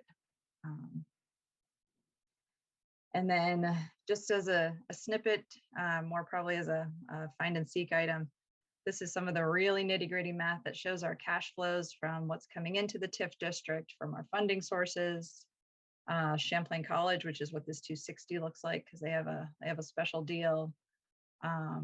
The bonds that we already have for our existing projects, our estimated third bond, which would be Main Street, and this shows the surplus. So this shows those few couple of years where that bond gets really expensive, but after that, the district is always in the positive until we pay out our final year and our remaining balance. So when the district was originally approved in 2011, the city went in with a couple of projects, and our original kind of base revenue is what we think we could do. The projects that we've completed to date: Great Street, St. Paul Street, so 2 blocks of our downtown renovated and restored. The Marketplace garage repairs, cleanup on the Browns Court parking lot. So that was a city-owned parking parcel that was had some dirty dirt, but we contributed to paying for that to allow the development above it and public parking still at surface level. There's also stormwater improvements along Main Street at the City Hall Park edge. And what's not shown here in this slide is that there were still 6 other downtown blocks in our original approved proposal to VEPC. So we went in with 8 blocks total. We did 2 on St. Paul. We have 2 that we're going to show you from Main Street in just a few minutes, as well as some additionals. So the Main Street project, when we went in with the original project, was actually from Pine Street up to Union. That's what we received VEPC approval for. We also had the 2 blocks of Winooski, but after review and consideration and discussion, we're looking to add in we took those out of the district with the state of authorization, and we're adding in the lower blocks of Main Street, just because it makes a more complete project. It ties our 2 TIF districts together. It has the best potential for generation of revenues throughout the entire city, and ultimately will help actually even the waterfront district, and the state will take some benefit there. What we do have the opportunity to add in is the ravine sewer. So this is something that we hadn't previously brought in any other public communications, but the district has the opportunity and the capacity now to be able to help address a concern that the DPW has had about developing on top of the ravine sewer. While it is not in poor condition, nowhere in our horizon for infrastructure improvements, you also really can't build on top of it without doing something substantial, and that is cost prohibitive. The city has many municipal buildings already on this block, and so that does present a bit of a challenge. So this is the area that we're talking about. Essentially, we're looking for voter authorization of the 2 blocks in the pink, as well as the sewer ravine. The portion here in red, the voters actually acted upon back in 2015 with the first phase of our approval. So what is Great Street's Main Street? Some people may or may not remember when we went around back in 2016, 2017. Really, the goal is a rebalancing of the right-of-way. And it supports the TIF message by providing alternative transportation, bicycle, pedestrian, vehicle, transit, providing public amenities on the street, really being able to respond to community needs and creating spaces. And again, you know, the above and beyond that really wasn't in the original, really old original approval is, you know, we're able to do a lot of this more from the bottom up. We're able to add a lot more stormwater components, water distribution, sewer service replacements, and main improvements. It's a total street bottom up to the very tippy top work. This one takes a little bit longer to load. There's a lot of photos on the next slide. And why is this important? You know, there's certainly been a lot of concerns about the disruption that happened on St. Paul Street for construction. But what's important to remember is that Main Street is not in good or great condition currently. There are many surfaces that are very poor. There's failing green belts, failing wide green belts, trees that are struggling to survive. The sidewalks do not have the width that are necessary for what's happening in the downtown, needless to say, any growth in the future. Accessibility is challenged throughout the city in this area with aging infrastructure and historic doorways that just don't meet the same grade as the street.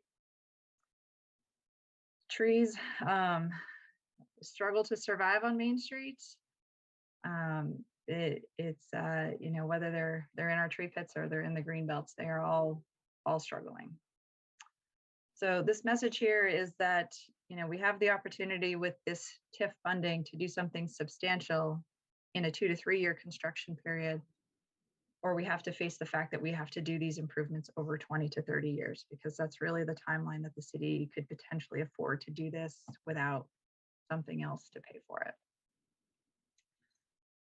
The ravine sewer, to hit on a very DPW item.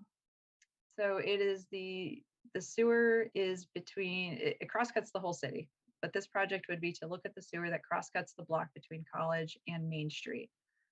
This photo is a picture inside of the ravine sewer just behind the fire station. It is an old red stone tunnel in various different shapes and cross sections throughout as it goes to the city, but this is what it looks like in this section. And it is about 20 to 25 feet down on the ground.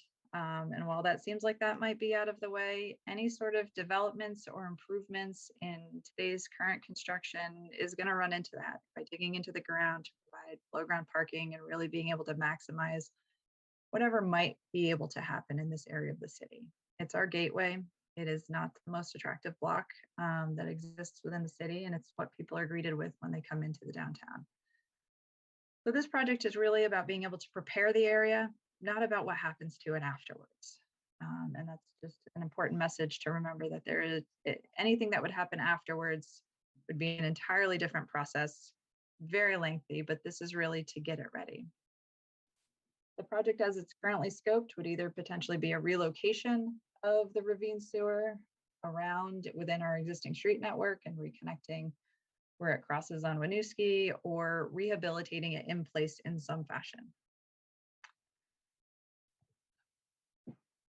So what we are looking to go to the voters with to be able to get authorization is about all of the streetscape improvements, the lighting, the stormwater, transportation, seating within Main Street, including the subsurface utility upgrades and reconstructions, replacements, extensions, as well as the relocation of the ravine sewer. The project cost is estimated around $30.5 million to do the design, the engineering, and the construction.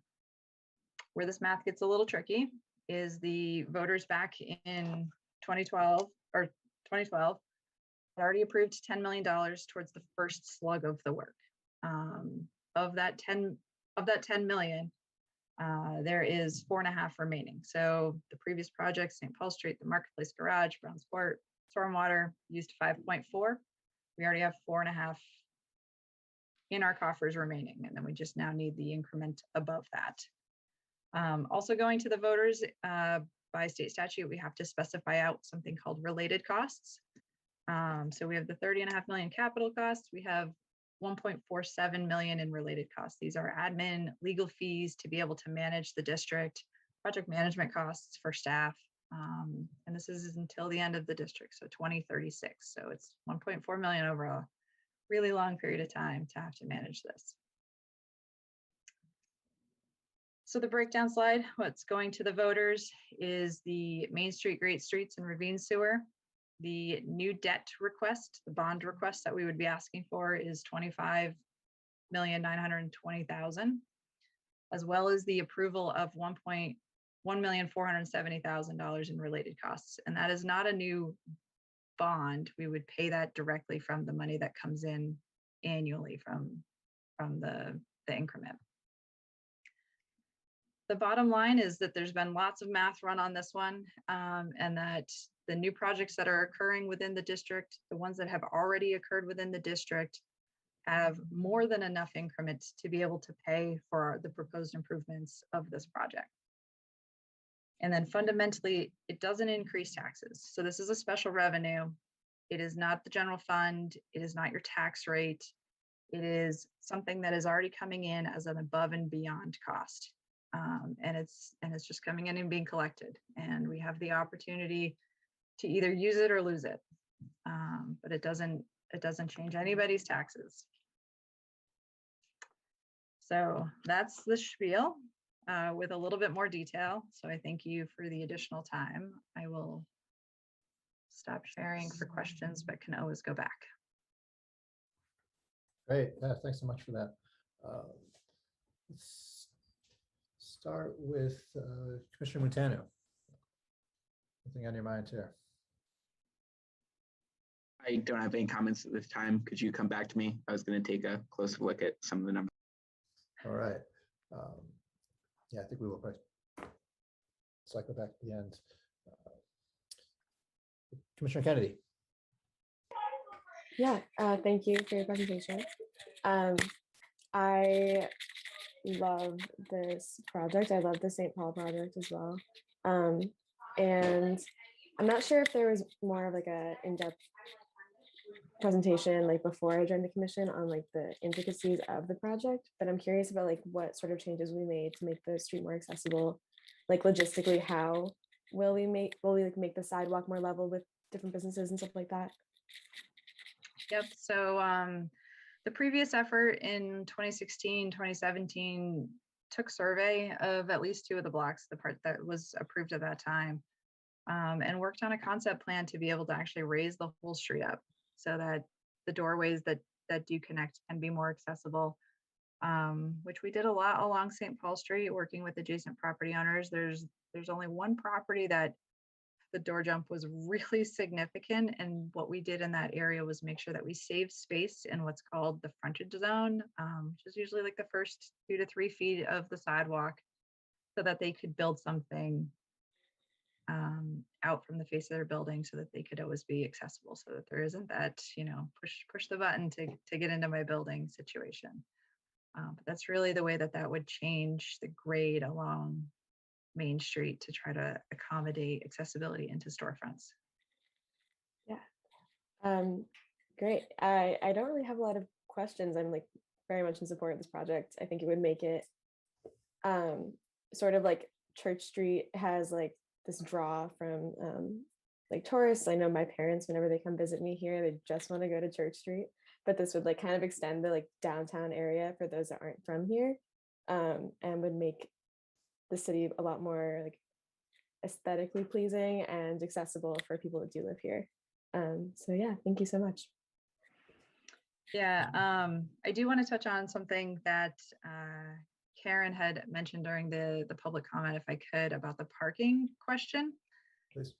So the way that Great Streets has proposed this, and again, it is a proposal, is that we try to look at the spaces that are maybe not being as heavily used. Where we took parking occupancy counts back in 2016. We've taken them now and can factor them up to really explain about taking the space within the right of way that's not being optimized and used fully and repurpose it towards something else. The previous concept did have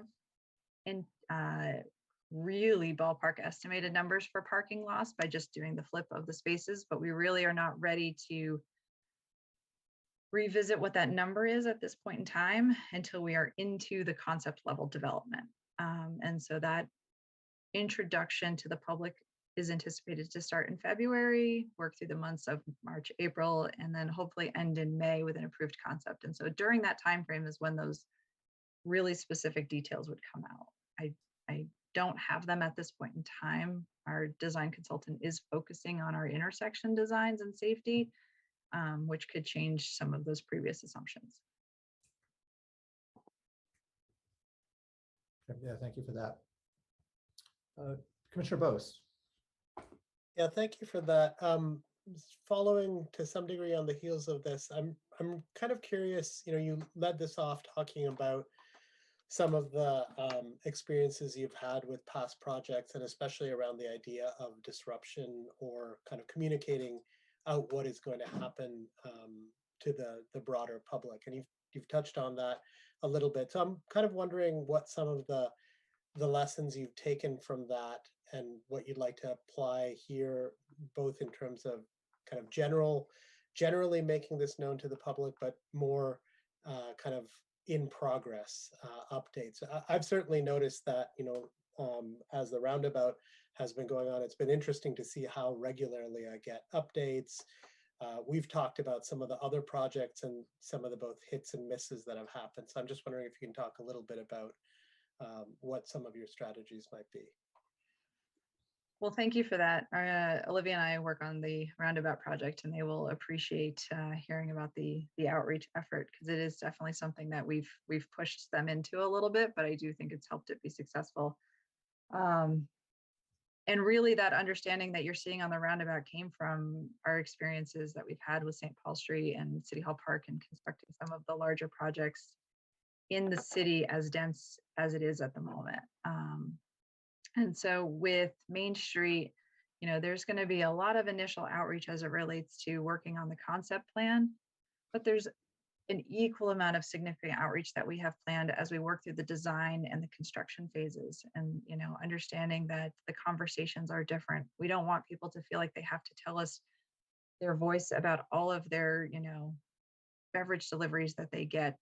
That's a mechanical thing that we can address during construction. How is my delivery truck going to be here? We want to make sure that we come back to people often enough to have these conversations. And then, like you said, during construction, the opportunity to have, weekly updates, holding meetings at the kickoff of our, restart of a season, and really being able to explain to people what's happening.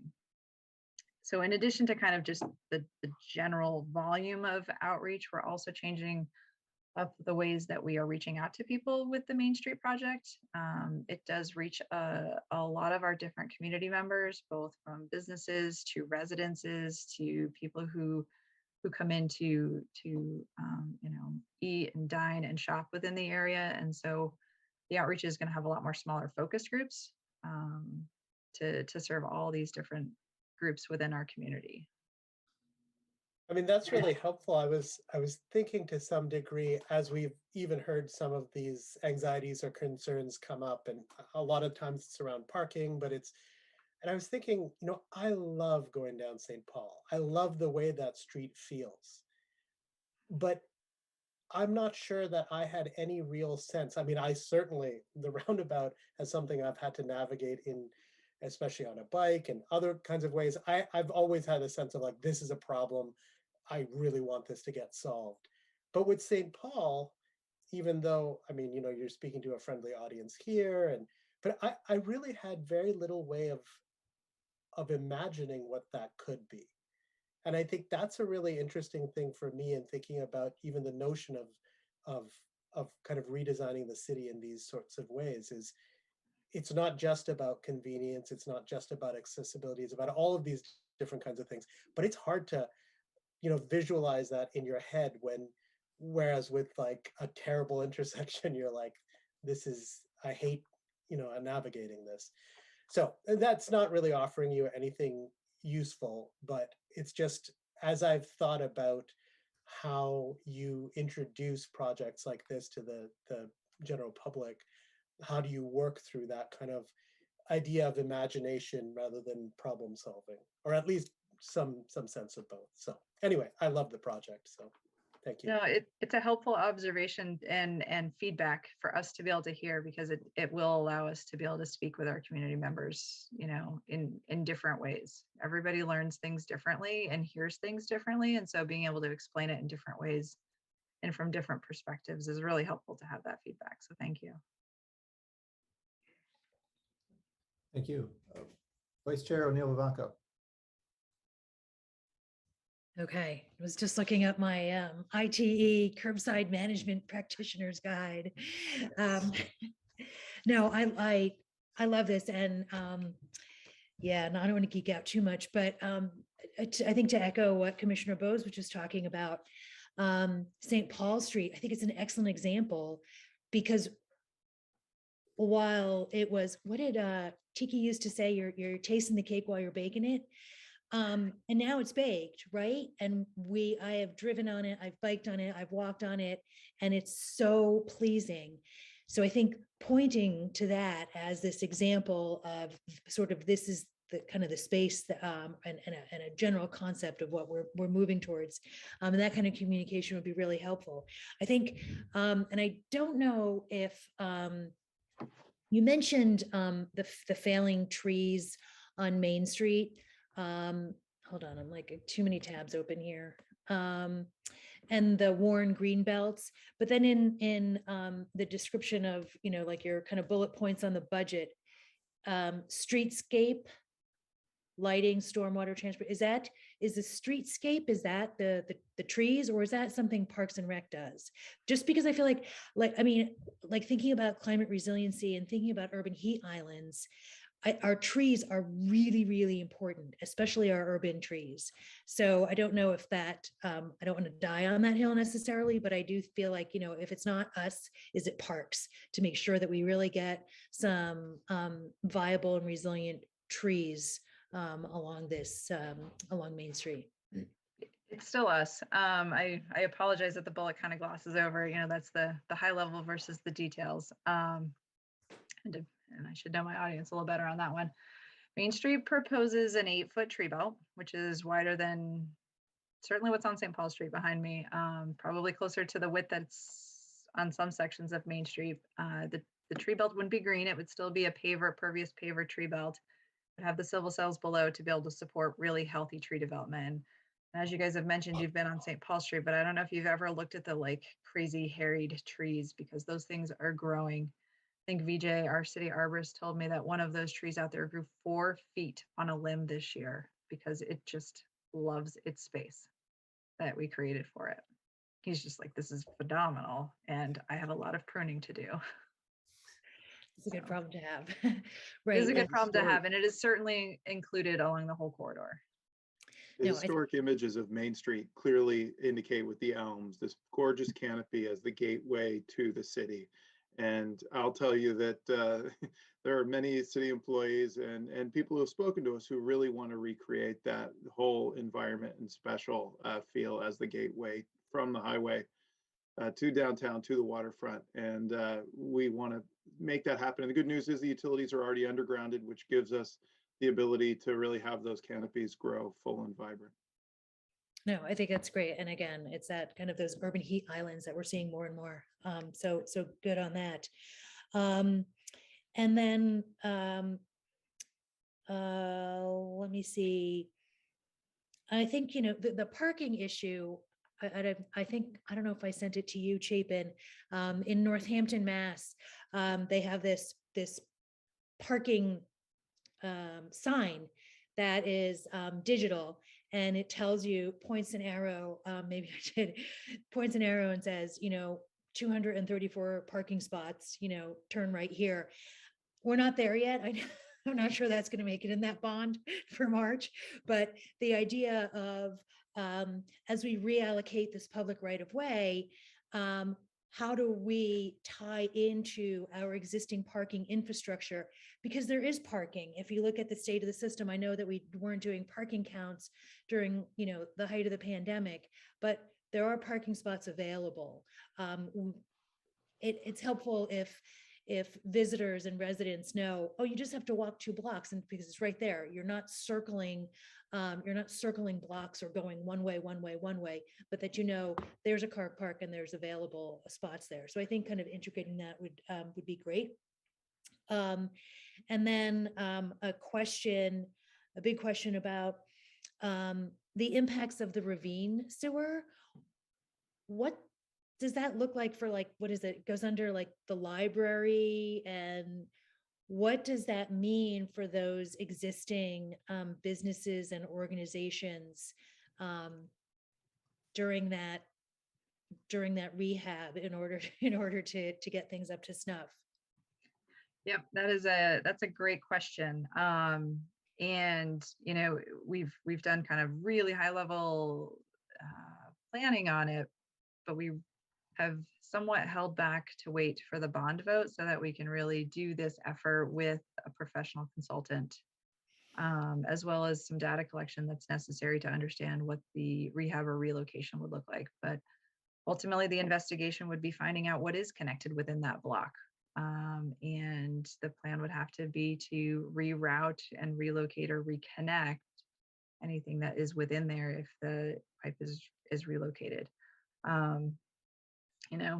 With the bond vote passing to be able to use TIF for that project, I would expect a lot more public engagement around that specific part of the project. Again, the really nitty gritties of the details that I didn't get into on the TIF bond, because TIF is not DPW's economic purview. It's usually in our CEDO department, but there are a few developments within the city that are recently permitted, or we anticipate to be permitted, or maybe kind of sitting on their permit, that weren't in the original economic model for the downtown TIF district. These are projects that we didn't know about 10 years ago when they created the projections. They're ones that we know about now.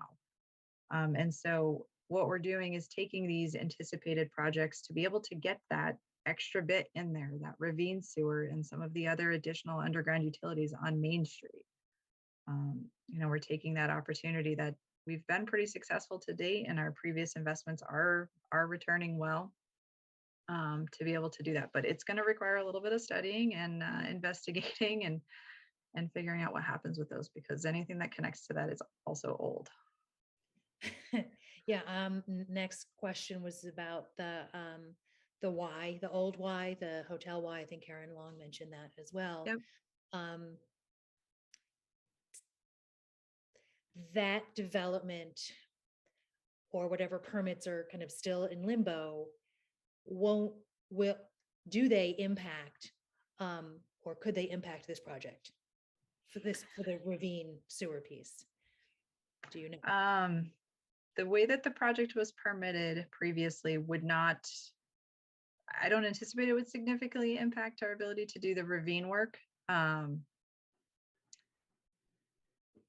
So as it relates to, construction to construction, I don't see it being too much of a challenge. We do believe that there are connections back to the ravine from that project. And so it would basically interrupt the ravine at College Street and kind of be able to redirect it. And it's significantly beneficial all around to manage our water flow in these blocks of the city. As it relates to what Karen was mentioning, whether or not it's a viable project to be able to grab its value and its above value as it redevelops. We wouldn't have put that in until a couple of years out, anticipating that it needs to still be constructed. It needs to get its certificate of occupancy to even start generating that new tax dollar value that goes into our district. And even that was done with a lot of conservancy.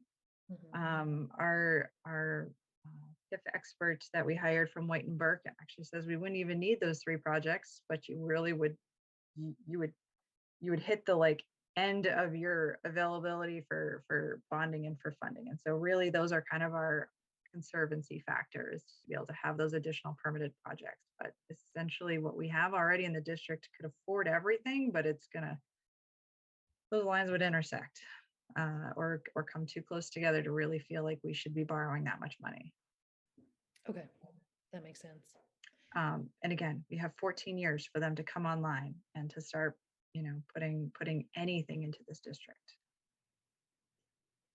Okay. That's really helpful. Thank you so much for this presentation. That's all. All right, thank you. Commissioner Overby. Okay, I appreciate all this information as well, because my first question was, what actually are we going to have on the ballot? And it sounds like, if I'm clear now, we have one item that's going to be for 25,900,000 for the basically the general obligation fund. Then we have a separate one for the 25,920, which is for TIF. So we've got two that are, the numbers are the same, so that's confusing. And then we have one more that would be for that 1.4 million. So do I have that correct? The TIF part I agree with. I am seeing where a lot of the confusion is coming in with how close those numbers are together. But yeah, are we saying there is a general obligation bond item for 25.9 right now? That's the number now. It was 40 million, but now, and then we have a separate one, another one for the TIF, which is 25,920 million. So we've got two different ones that are within $20,000 of each other. So it's like whatever, 26,000 twice, correct? Yeah. Okay, so we're not overlapping, and I'm not. So I got that right. So we really have whatever, twice 26,000 that we're asking the voters to vote on. I was not clear about that until you guys just did this presentation to me tonight. I didn't get that out of what was in our materials. So I'm glad you got that straightened out. That's again going to be, in my opinion, not going to bode well on the March ballot.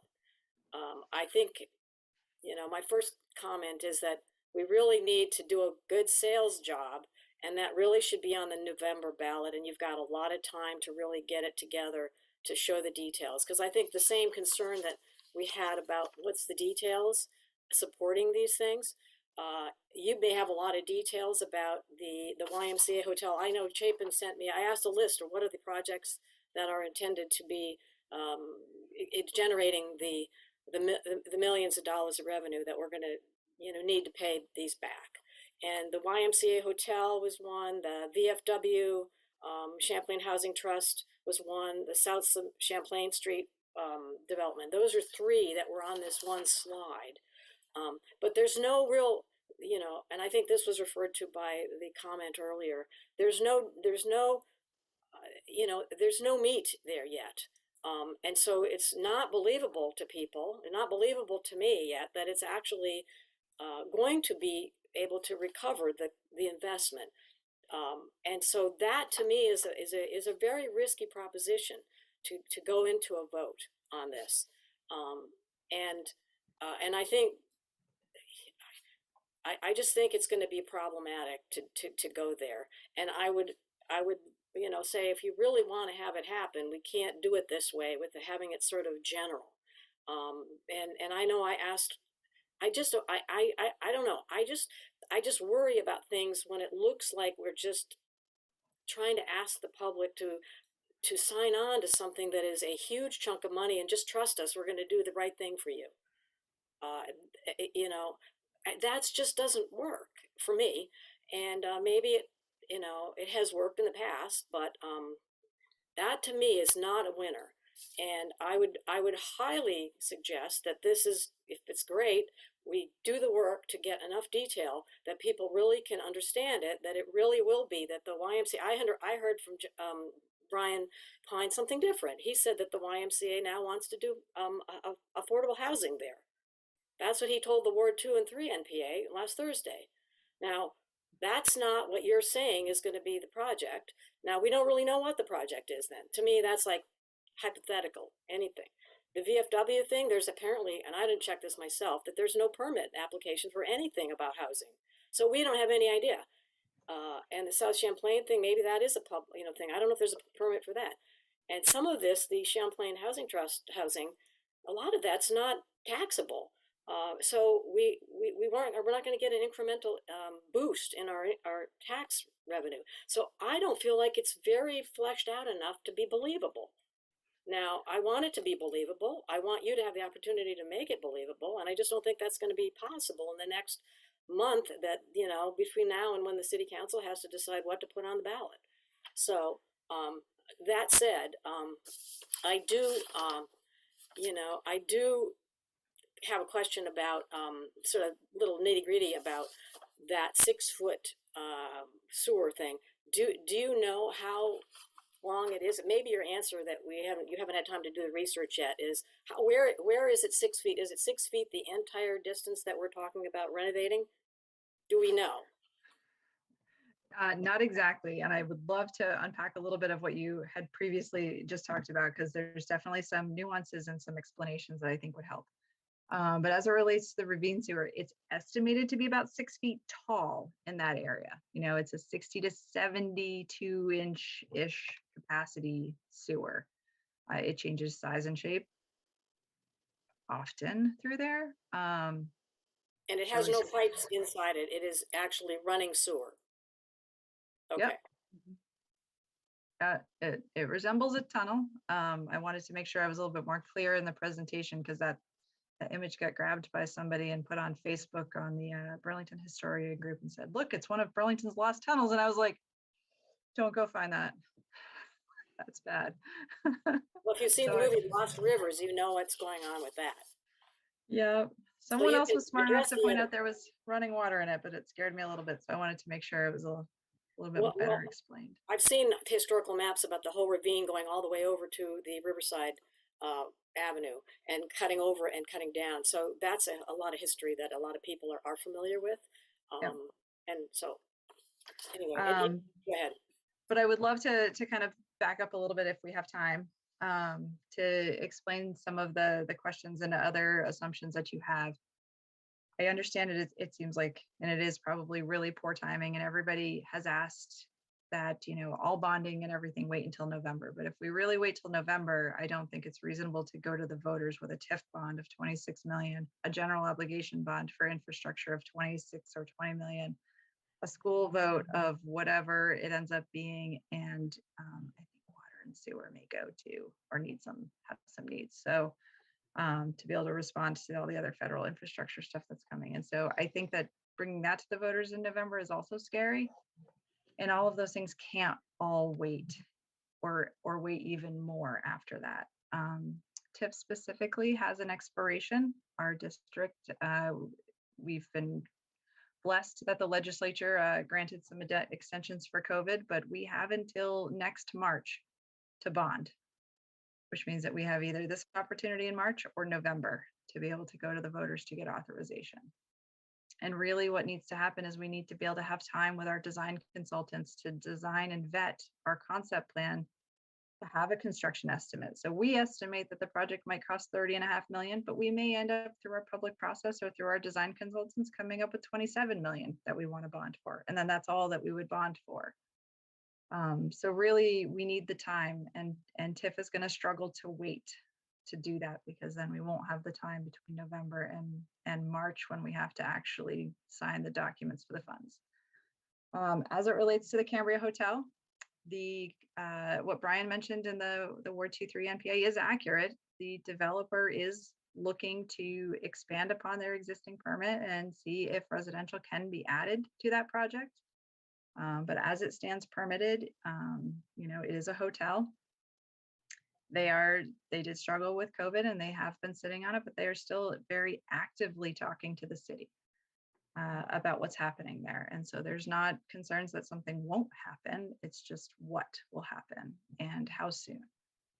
As it relates to the VFW, that is an agreement that CHT is signed, I believe, with the VFW to be able to develop that. But Champlain Housing Trust, has other hurdles and hoops that they have to be able to go through for their funding. And so, yes, they've not started their permitting, but the year that we put them in that they start including increment is a few years out. And so we're not planning on needing any of that money or receiving any of that money until a ways into and well past probably when Main Street would be constructed. The property as it exists now is tax-free, it's tax exempt. And as it develops, Champlain Housing Trust is not tax exempt. It's Burlington Housing Trust. And so this would actually create increment for the city on this parcel. It's pure increment actually, because we get nothing for it right now. And then the South Champlain housing development, it does have an existing permit. They're actually talking about going back in and expanding their permit to add more units, which would add more capacity, but they do anticipate starting construction this summer. And is there a reason why there's no actual dollars on what the incremental, assessment is for us to have that in front of us? I mean, because that would be credible, that would be helpful, because then we can do the math. Yep, I just want to and do we the do. math, yeah, knowing that we're spending right now for the downtown TIF, we're spending whatever, $470,000 right now for that $5,200 that we already owe. So we're spending $470,000 a year to pay for the bond, the debt on that already. So if you add another 26,000 on there, that's a couple $1 million more that we're talking, if we're talking that same roughly interest rate. So I was just, it's just not yet believable because there's no financial numbers here that says the hotel / YMC hotel and apartments would be X, millions of dollars of tax revenue and the VFW. You know what I'm saying? That's where I'm getting at. I do know what you're saying, and for apples and oranges kind of comparison. I'm, being an engineer, I'm really good at math, but I'm not really good at economic accounting math. That's not my forte. I am an engineer. I can design bridges and I can design parking garages and I can build you guys roadways, but that is different math. And so the questions that you're asking, I don't have all of the answers to because I don't even understand it. And so the slides are just designed to be able to try to speak to more of a general audience. And we hope that we can have more one-on-one conversations with people who do understand that next level. And so there's kind of an odd balance between the people who are overwhelmed by it and people who are underwhelmed by it. But the details that you need, they're in a council packet from October 25th, and we will send you the link to that. But it's the submission that we sent to the state, and it has more math and more economic projections and increment projections on all of these parcels and when they hit the spreadsheet and what year they, to become effective. And it's there, it's public record. That's and great. If you have questions on it, I'm not the person, but I know the person to connect you with. Yeah, well, then that's great. And I actually requested the city's annual TIF report, which I guess is, in the works, and it's due on the 15th of February. And I requested that from VEPSI, and they said that, well, I should get that from City Attorney Hessler. So that's what I will do, because that basically tells us where we're at right now with the downtown TIF and also with the waterfront TIF. So we know how much debt we have and how much we've borrowed and all that kind of stuff and which projects and where they're at, right? So Yep. I've been waiting for that, and I have not been able to get that. And I was hoping I had that before this meeting, because that's some of that information that I think is critical for me to make a decision about whether I would want to bless this as an item on the March ballot. So Yeah, I've I seen the think that- document. Yeah, and I also would also suggest just go ahead. you should ask for the 2020 report. There's not a lot of updates for the 2020. I have the 2020 report. Okay. Yeah, And but there's not a lot new. well, it is actually quite different from the 284 million. The amount, the amounts don't add up. So that's where I'm having questions. But Okay. In a good light, I wanted us to add to the comments of the other commissioners that mentioned how wonderful they feel about walking down St. Paul, and the fact that it really is a good model of what the vision is for the Great Streets project. And I totally love the idea as well. I'm not against the concept of great streets and doing those kind of things. Absolutely. I mean, some of the details maybe we should look at, but I wanted to second their comments that really does give people a visceral experience of where the money will go when that kind of project gets done. I really, I want to support that. So I just do think that I know your thing about every tax thing showing up on the November ballot is problematic, but I really, what will be the consequence if everything fails in March because everybody is biting their nails about the school bus expense? And so is that a better outcome for you or a worse? And to me, I don't think that's a good outcome if they're both voted down. I really don't. So that's my reasoning that this doesn't seem to work now, particularly because there's a lot of this work that might we might be able to sell people on it if we had the time to do it, and we won't have the time to do it. And we'll just be praying that they think it's fine. And I just don't think people are going to think it's fine to have two $26,000 items on the ballot for them this time around in March. So anyway, thank you very much for, making a great effort here to try to explain it. And all the technical part that you did is great, and the pictures are great. And, and I know you worked very hard to make it explainable. So sorry I asked you questions that were not in your area of interest or expertise. So I have been trying to get that information from other sources, and it is not yet available to me. So I will have that as well. Thanks. All right, thank you. And thank you, Laura, for the offering to point us to additional reading material on the real geeky spreadsheets and so forth. So I like the preview here. To me, I think I gather there's opportunities now with the bonding deadline in 14 months and exciting opportunities to take advantage of that for exciting stuff with minimal to no tax increase. I imagine that gateway block is really underwhelming at the moment, and certainly taking care of the plumbing issues underground with the ravine and sprucing up the face of it. Expect is exciting that could spark a transition in this sort of key intersection and gateway to the city, and certainly make it a more attractive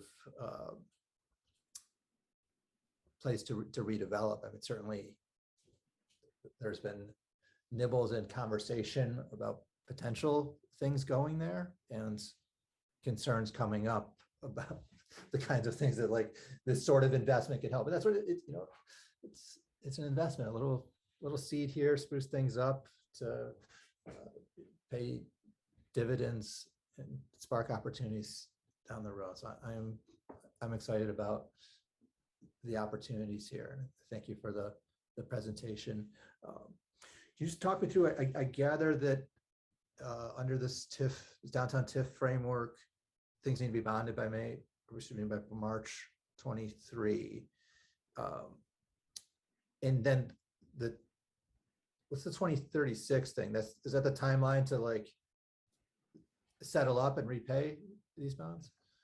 Yep, that is the timeline that the city basically in that increment, the above the 170 value, basically collects the tax dollars, the additional tax dollars from all of those properties within the downtown, and also a portion of the ed fund taxes. And so that's where this really provides the opportunity for significant investment, is because it's using both of those tax bases to put into the public infrastructure. It's not all the ed taxes in there, it's only a portion of them. But we are collecting that as well right now to be able to put into these projects. Gotcha. So and then in 2036 is when we stop collecting the ed fund, and it goes back 100% to the state. Gotcha. The term of the loan is basically through the bond through 2036. Yeah. Mm-hmm. So up through 2036, the incremental increase in tax revenue goes towards that fund. In 2037, is that a big bump then to the general fund? Essentially, yeah. The general fund would then take whatever increment it was putting towards that dedicated use and district and area, and it goes back into the general fund, is my understanding. And the state ed fund. And yeah, the state then takes their portion back, but we've exponentially increased versus having just background growth get to that area. Gotcha, thanks. And you mentioned that there's a couple pieces of good news in the story here that were not anticipated when this downtown TIF was set up in 2011. Would you be able to speak to just like a couple examples for reference of other things kicking into the budget here? Right. So the three projects that were listed on the council presentation slide and that we've kind of talked in length about are ones that were not anticipated. I mean, They're parcels that are within the district because we knew that there was potential, although I don't think the Y was a thought potential. But there are other parcels that we have as they're underdeveloped, they're underutilized, they could be open areas. There are also ones that are more speculative than what we listed. There's the cathedral property, there's the Boves property. Oh, maybe Chapin can help me. There's a few others that are in and around town that have the opportunity that they could become real projects within the time frame that this district is. And so maybe some of their increment will come in to help us, not their full potential, but and what we hear from our consultant, David White from White and Burke, is that even if none of the 3 projects we discussed, Champlain, the VFW, or the Y, happen, with background growth in the district that has occurred, we will still have enough funds for the Main Street reinvestment here.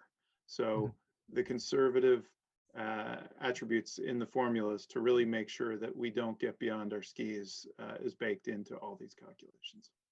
Yeah. Okay, thanks.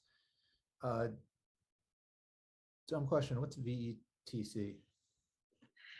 VEPC, Vermont Economic Progress Council.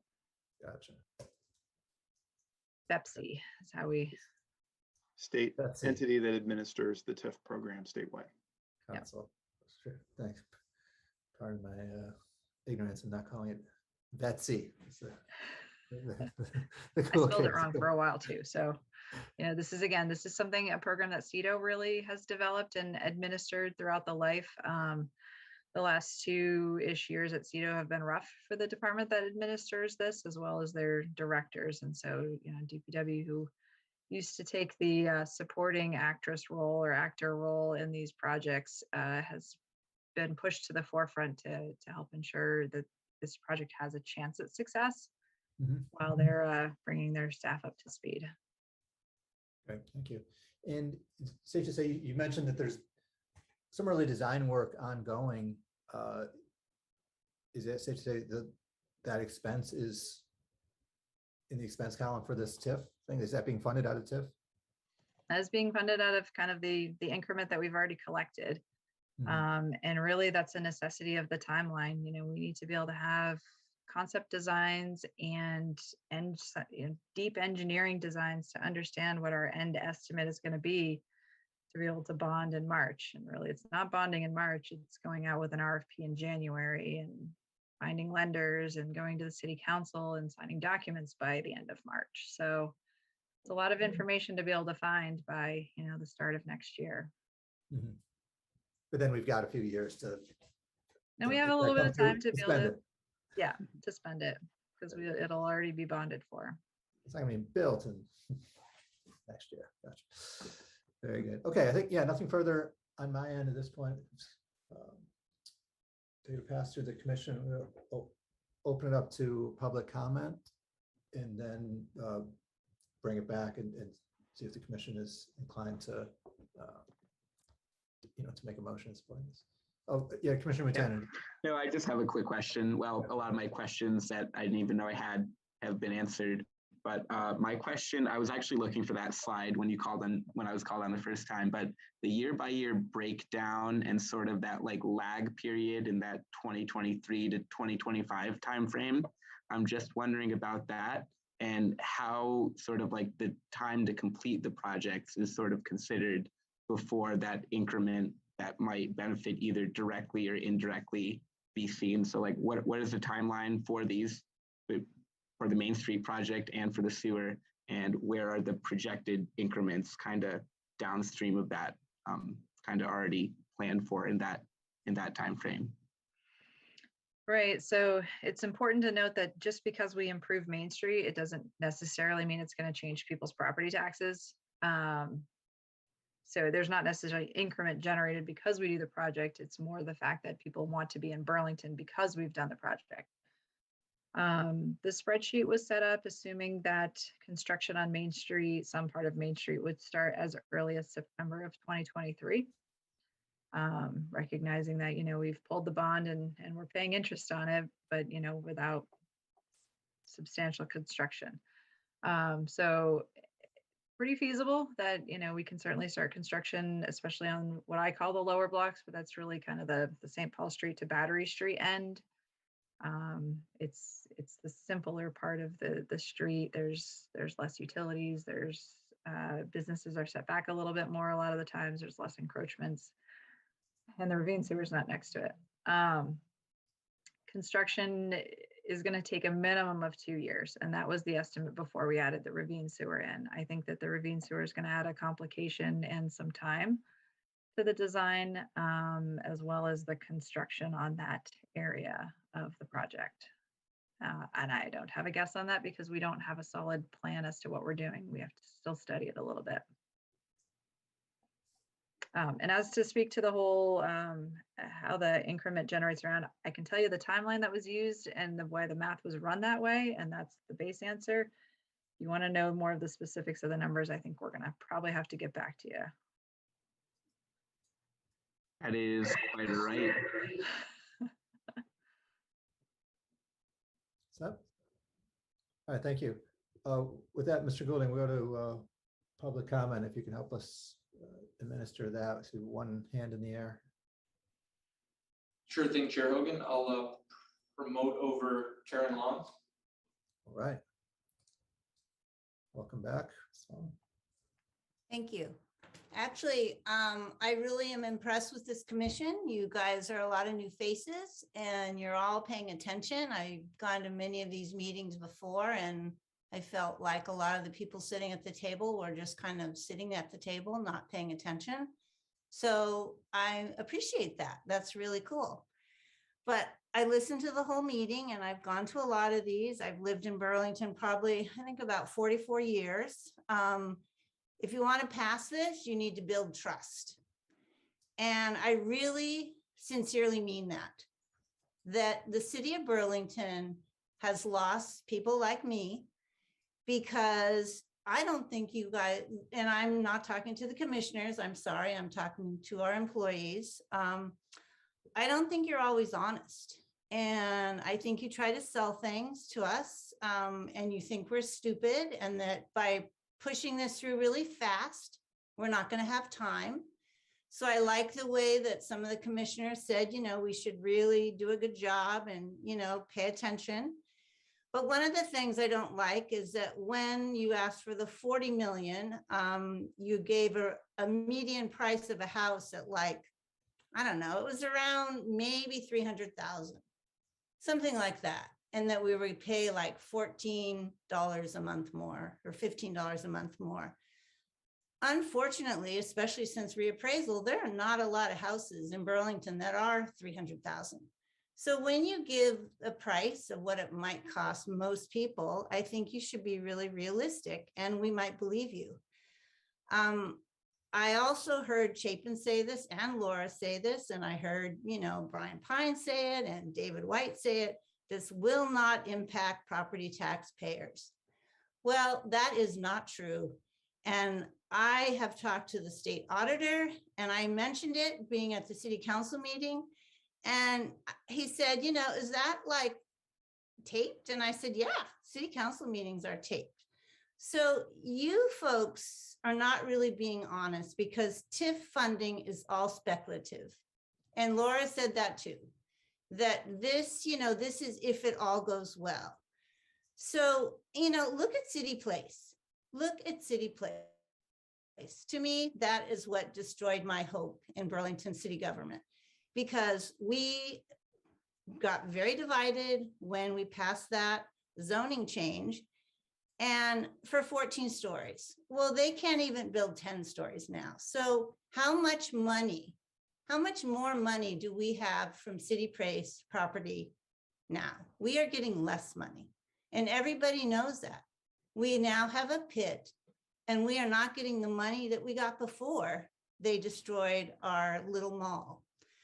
So there are no permits for the VFW site. I talked to Scott Guston, that is a fact. The YMCA Hotel, I already mentioned that. It was permitted in August 2019. It stalled. So, and I do want, Chapin, if you could please send me, you said that we don't even need these projects, which is not what Brian Pine said, but please send me the projects we have that will pay off this, I don't know, $26.92 million, because I really want to see that. And this is back to the first thing, when you're taking out the 10 million for Memorial. I think Memorial would be something people would vote for. Memorial, I mean, we should have never let that go down. And that is what this city administration has done. We can't take 10 million for that, but we could spend 6 million on City Hall Park. And that was another very divisive move that this government did. So, I mean, there are a lot of things that are, you really, like I say, if you want this to pass, you need to build trust. And, you know, the costs are prohibitive. I really want to see how it's going to get paid back. And also, like that timeline, 2 years on Main Street, can we survive 2 years of construction? People want to get back out. We want to walk on the streets. We want to ride our bikes downtown to the waterfront.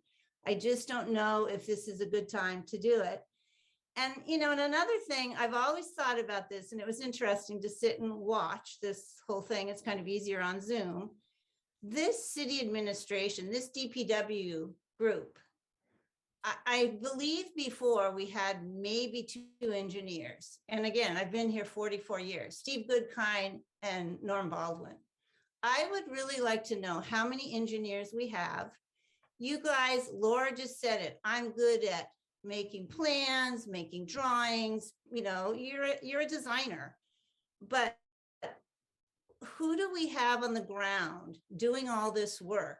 Do we have enough? Do we have too many good ideas and not enough money and not enough people to do the work? So I really think, again, that kind of goes back to building trust. Can we all afford to stay living here in Burlington?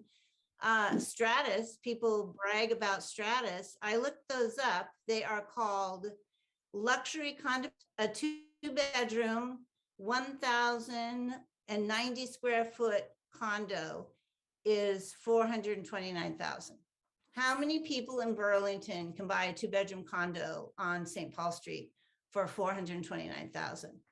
I mean, I think a few of the people on the commission could. I imagine there's a lot of people. I know my daughter couldn't. She's 42 years old. And so anyway, I think there's a lot going on right now, and I do hope that you'll sit back and really pay attention. I like the idea of really being specific what this money is for. And I really think you should reevaluate Memorial Auditorium. That taking that out, so many people want Memorial to be what it used to be. And it made money. You know, it is one thing that could make money for us. City Hall Park is not making money for us. So anyway, thank you. You do a lot of work. And again, if the city wants to pass this, they really need to build trust for us. Thank you. All right, thanks for the input. Mr. Golding, do we have anyone else lined up for public comment? No one else has their hand raised at this time, so there is nobody signed up. All right, great, thanks for that. Yeah, I guess with that, I'll bring it back to the commission. As I said, this is warned as an agenda item with a vote.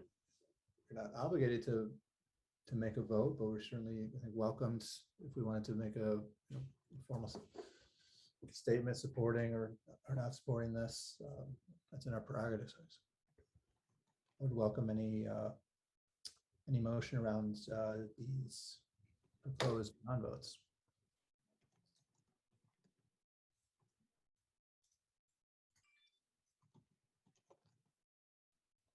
Just to clarify, are you talking about, what are you talking about? Are you talking about which proposal? Because I mean, especially the first proposal we saw, until we see the revision, I don't think I'd be I just want to see what it kind of actually looks like, the multiple options.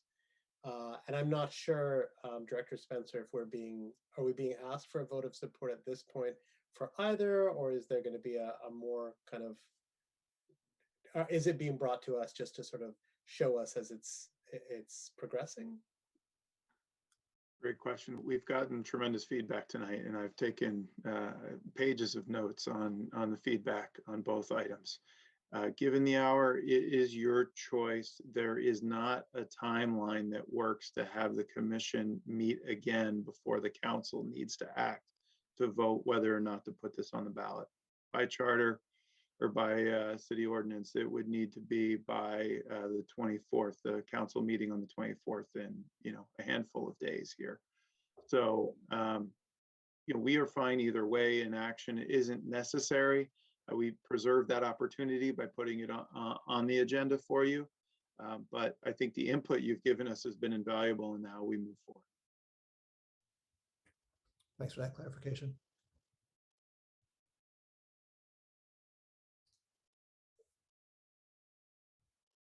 All right, any movement? I mean, I certainly appreciate the conversation and the chance to provide input on both of these items, and we'll anxiously follow the conversations at City Council and elsewhere over the next few days and hopefully weeks as well.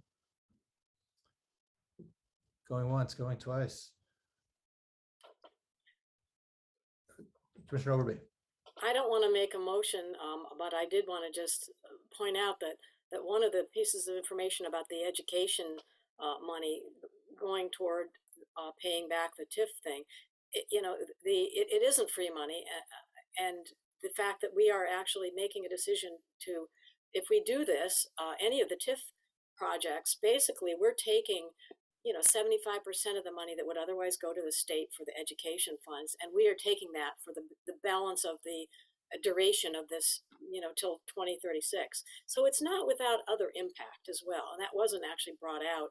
It was mentioned in the presentation, but there is an impact to that. So we are making a decision that these projects are more important than that money for the next how many years till 2036 going to this school. So I appreciate that we're not actually making a recommendation to the city council on this, because I do not think we've quite figured there's enough details for us to do that. So I do appreciate my fellow commissioners thinking that through and letting us get some more information, and maybe the city council as well.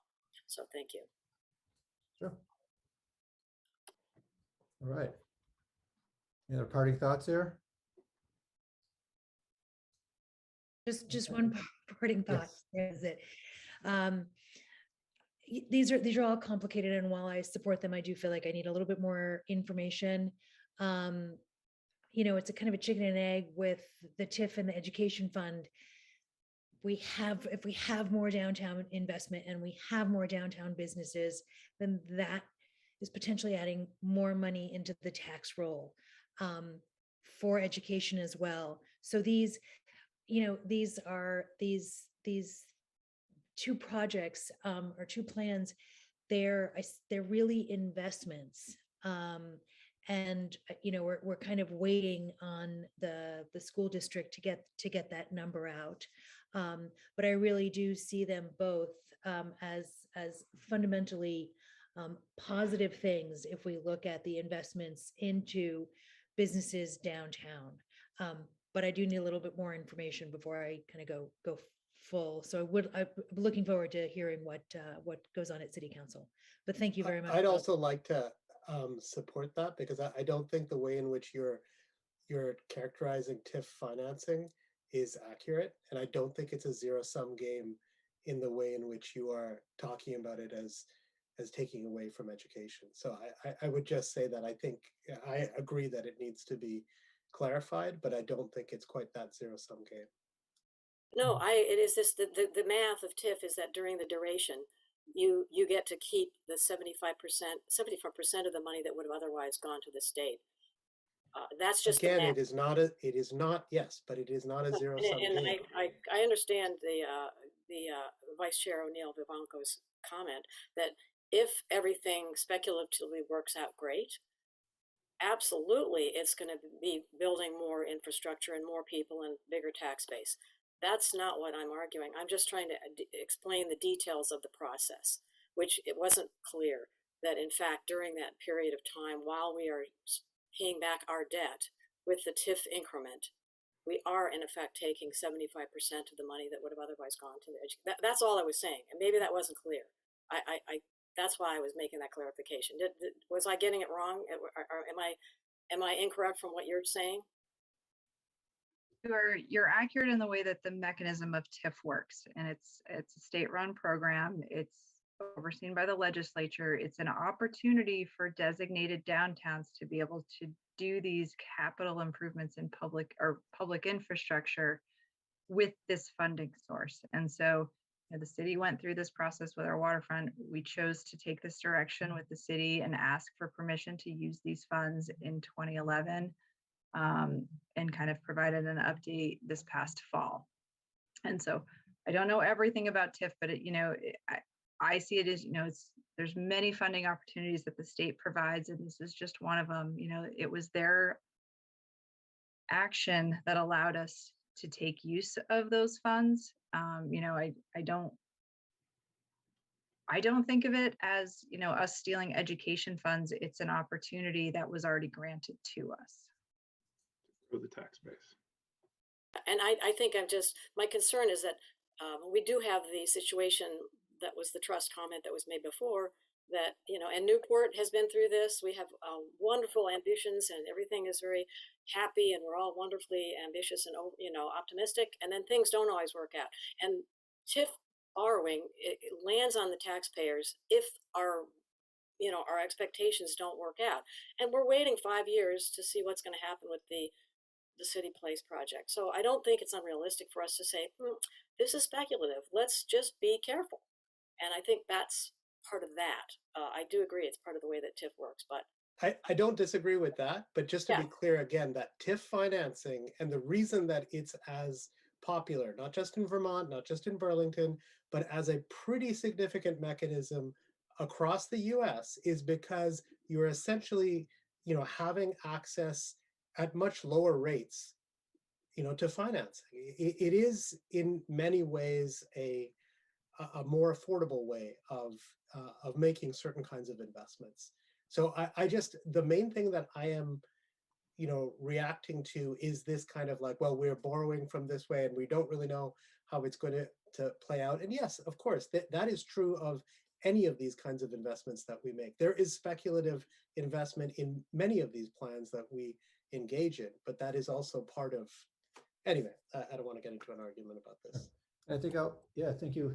Yeah, no, and I think the state auditor has actually, there's a report that TIF funding is no longer in favor, and there's quite a few studies about that. So that could be shared with, anybody who's interested. So I think it is not a favorite kind of funding after all in a lot of communities. So I don't want to get into an argument either about it, but I can send you, Auditor Halfer's report that you might find very interesting.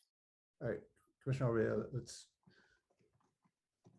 set this one aside for now. Got a good robust discussion over the last 2 hours. Let's close this item and look forward. Appreciate all the presentations and opportunity for dialogue here on the staff side here. Rooting you on as this moves forward. All right, item 6 on our agenda, COVID-19 operations update. Director Spencer. Great. I'll be exceedingly brief. I just wanted to take a moment to inform the commission of where we are with our general operations during the pandemic given Omicron, and also to thank staff for their efforts to work across divisions to help keep our operations going. We have, over the past several weeks, had a number of employees test positive or be close contacts and have had followed the precautions necessary to keep our team safe, but it has strained our operations. So I let the commission know that if there is somewhat of a service impact that you're noticing, feel free to check in with me and I'll happily help identify whether this happens to be COVID related. To date, we've been able to maintain our services but it's not been without some challenge. And we've had employees shift departments and divisions to kind of keep our operations going.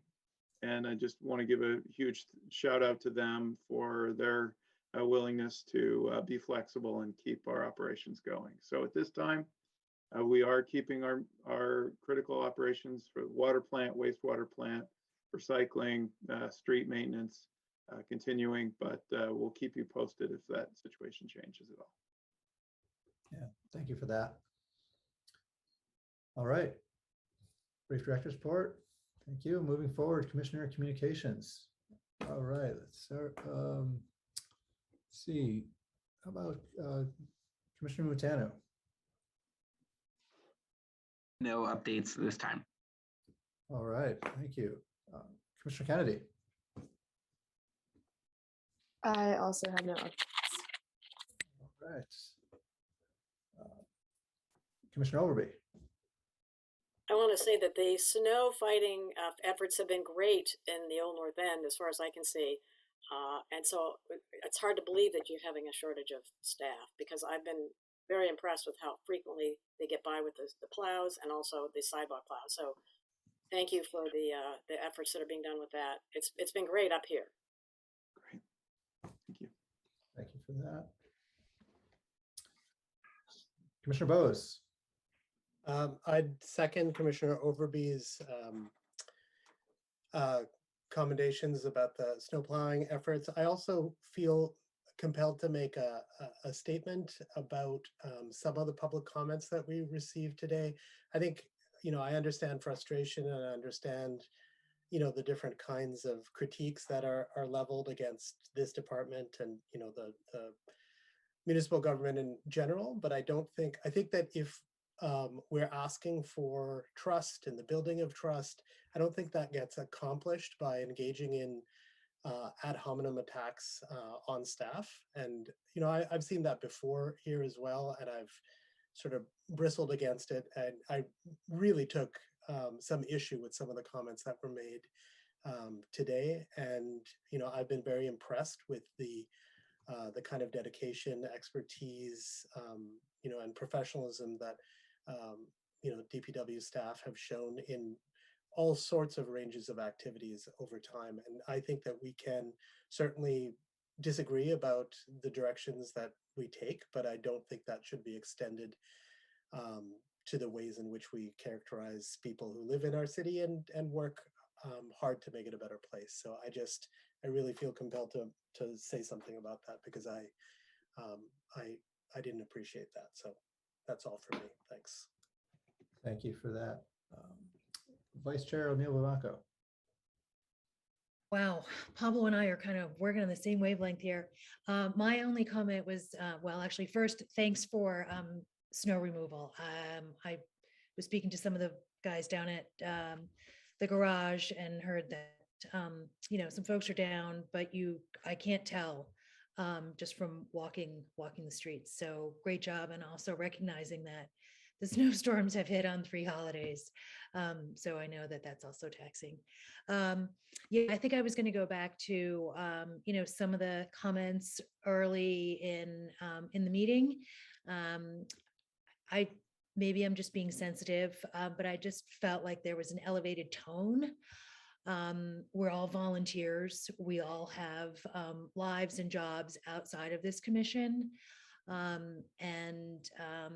I guess I kind of feel like maybe it's incumbent upon the commission or the staff to communicate to the public what it is we do. We don't have magic wands to change infrastructure, to change rules. We don't make the rules. We rely on the data points, the information from staff, and we have a healthy debate about it. But I guess I felt like that the commission was being accused of sitting on our hands since October, when it's not. There are processes that need to be followed. So maybe that is a communication piece next time the issue I have comes up, or for other future comments. But anyway, I want to thank the staff for certainly for their work on that. and for their support of the commission as we also support your, and that we're not rubber stampers, but we do engage in healthy dialogue. So thank you. All right, thank you for that. And I thank you again, Director Spencer, for the update on the COVID operations and everything. I, appreciate that these are continue to be exceedingly challenging times for everyone. And there's times like, personally, or just like hanging on by a thread here with one thing after another is see these challenges at our schools and medical facilities, and undoubtedly what you all are dealing with it in the department and carrying on our critical services in the city. And I appreciate that you all still have some fighting spirit in you to still pursue ambitious agenda items here while still having the flexibility and empathy to support your people and your teams along the way. Certainly none of our prospective exciting conversations at these meetings are possible without the teams on hand. And we need to take care of those people, number one. And I appreciate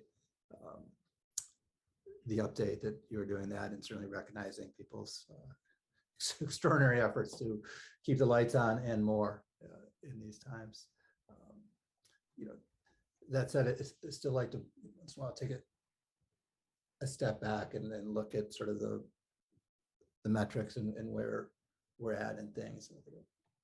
Speak more to it next time around, given the hour. But I'll just ask, there was a conversation about potentially going an opportunity to get an additional staff member for council.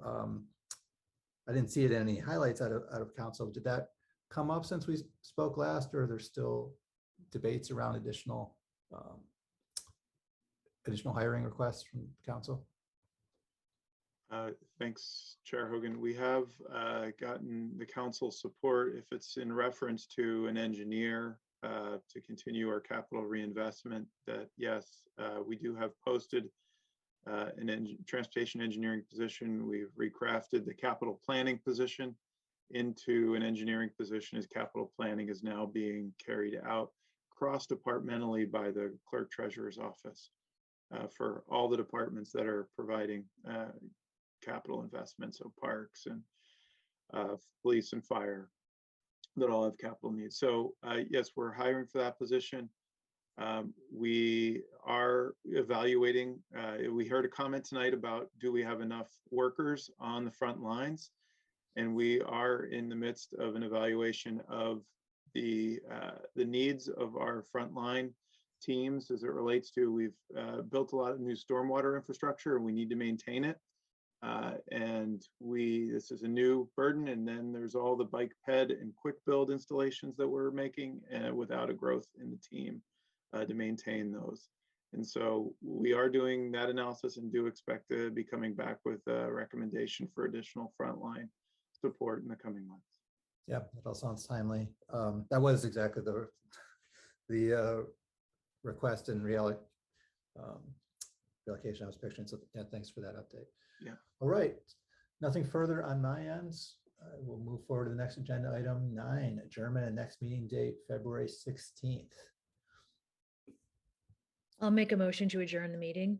We have a motion. And with a second from Commissioner Montano. Thank you for that. Is there any discussion around that motion? All right, to vote, please. Commissioner Bose. Aye. Commissioner Kennedy. Aye. Commissioner Overby. Aye. Commissioner Montano. Aye. Vice Chair O'Neill Vivanco. Aye. Aye for myself. We are adjourned.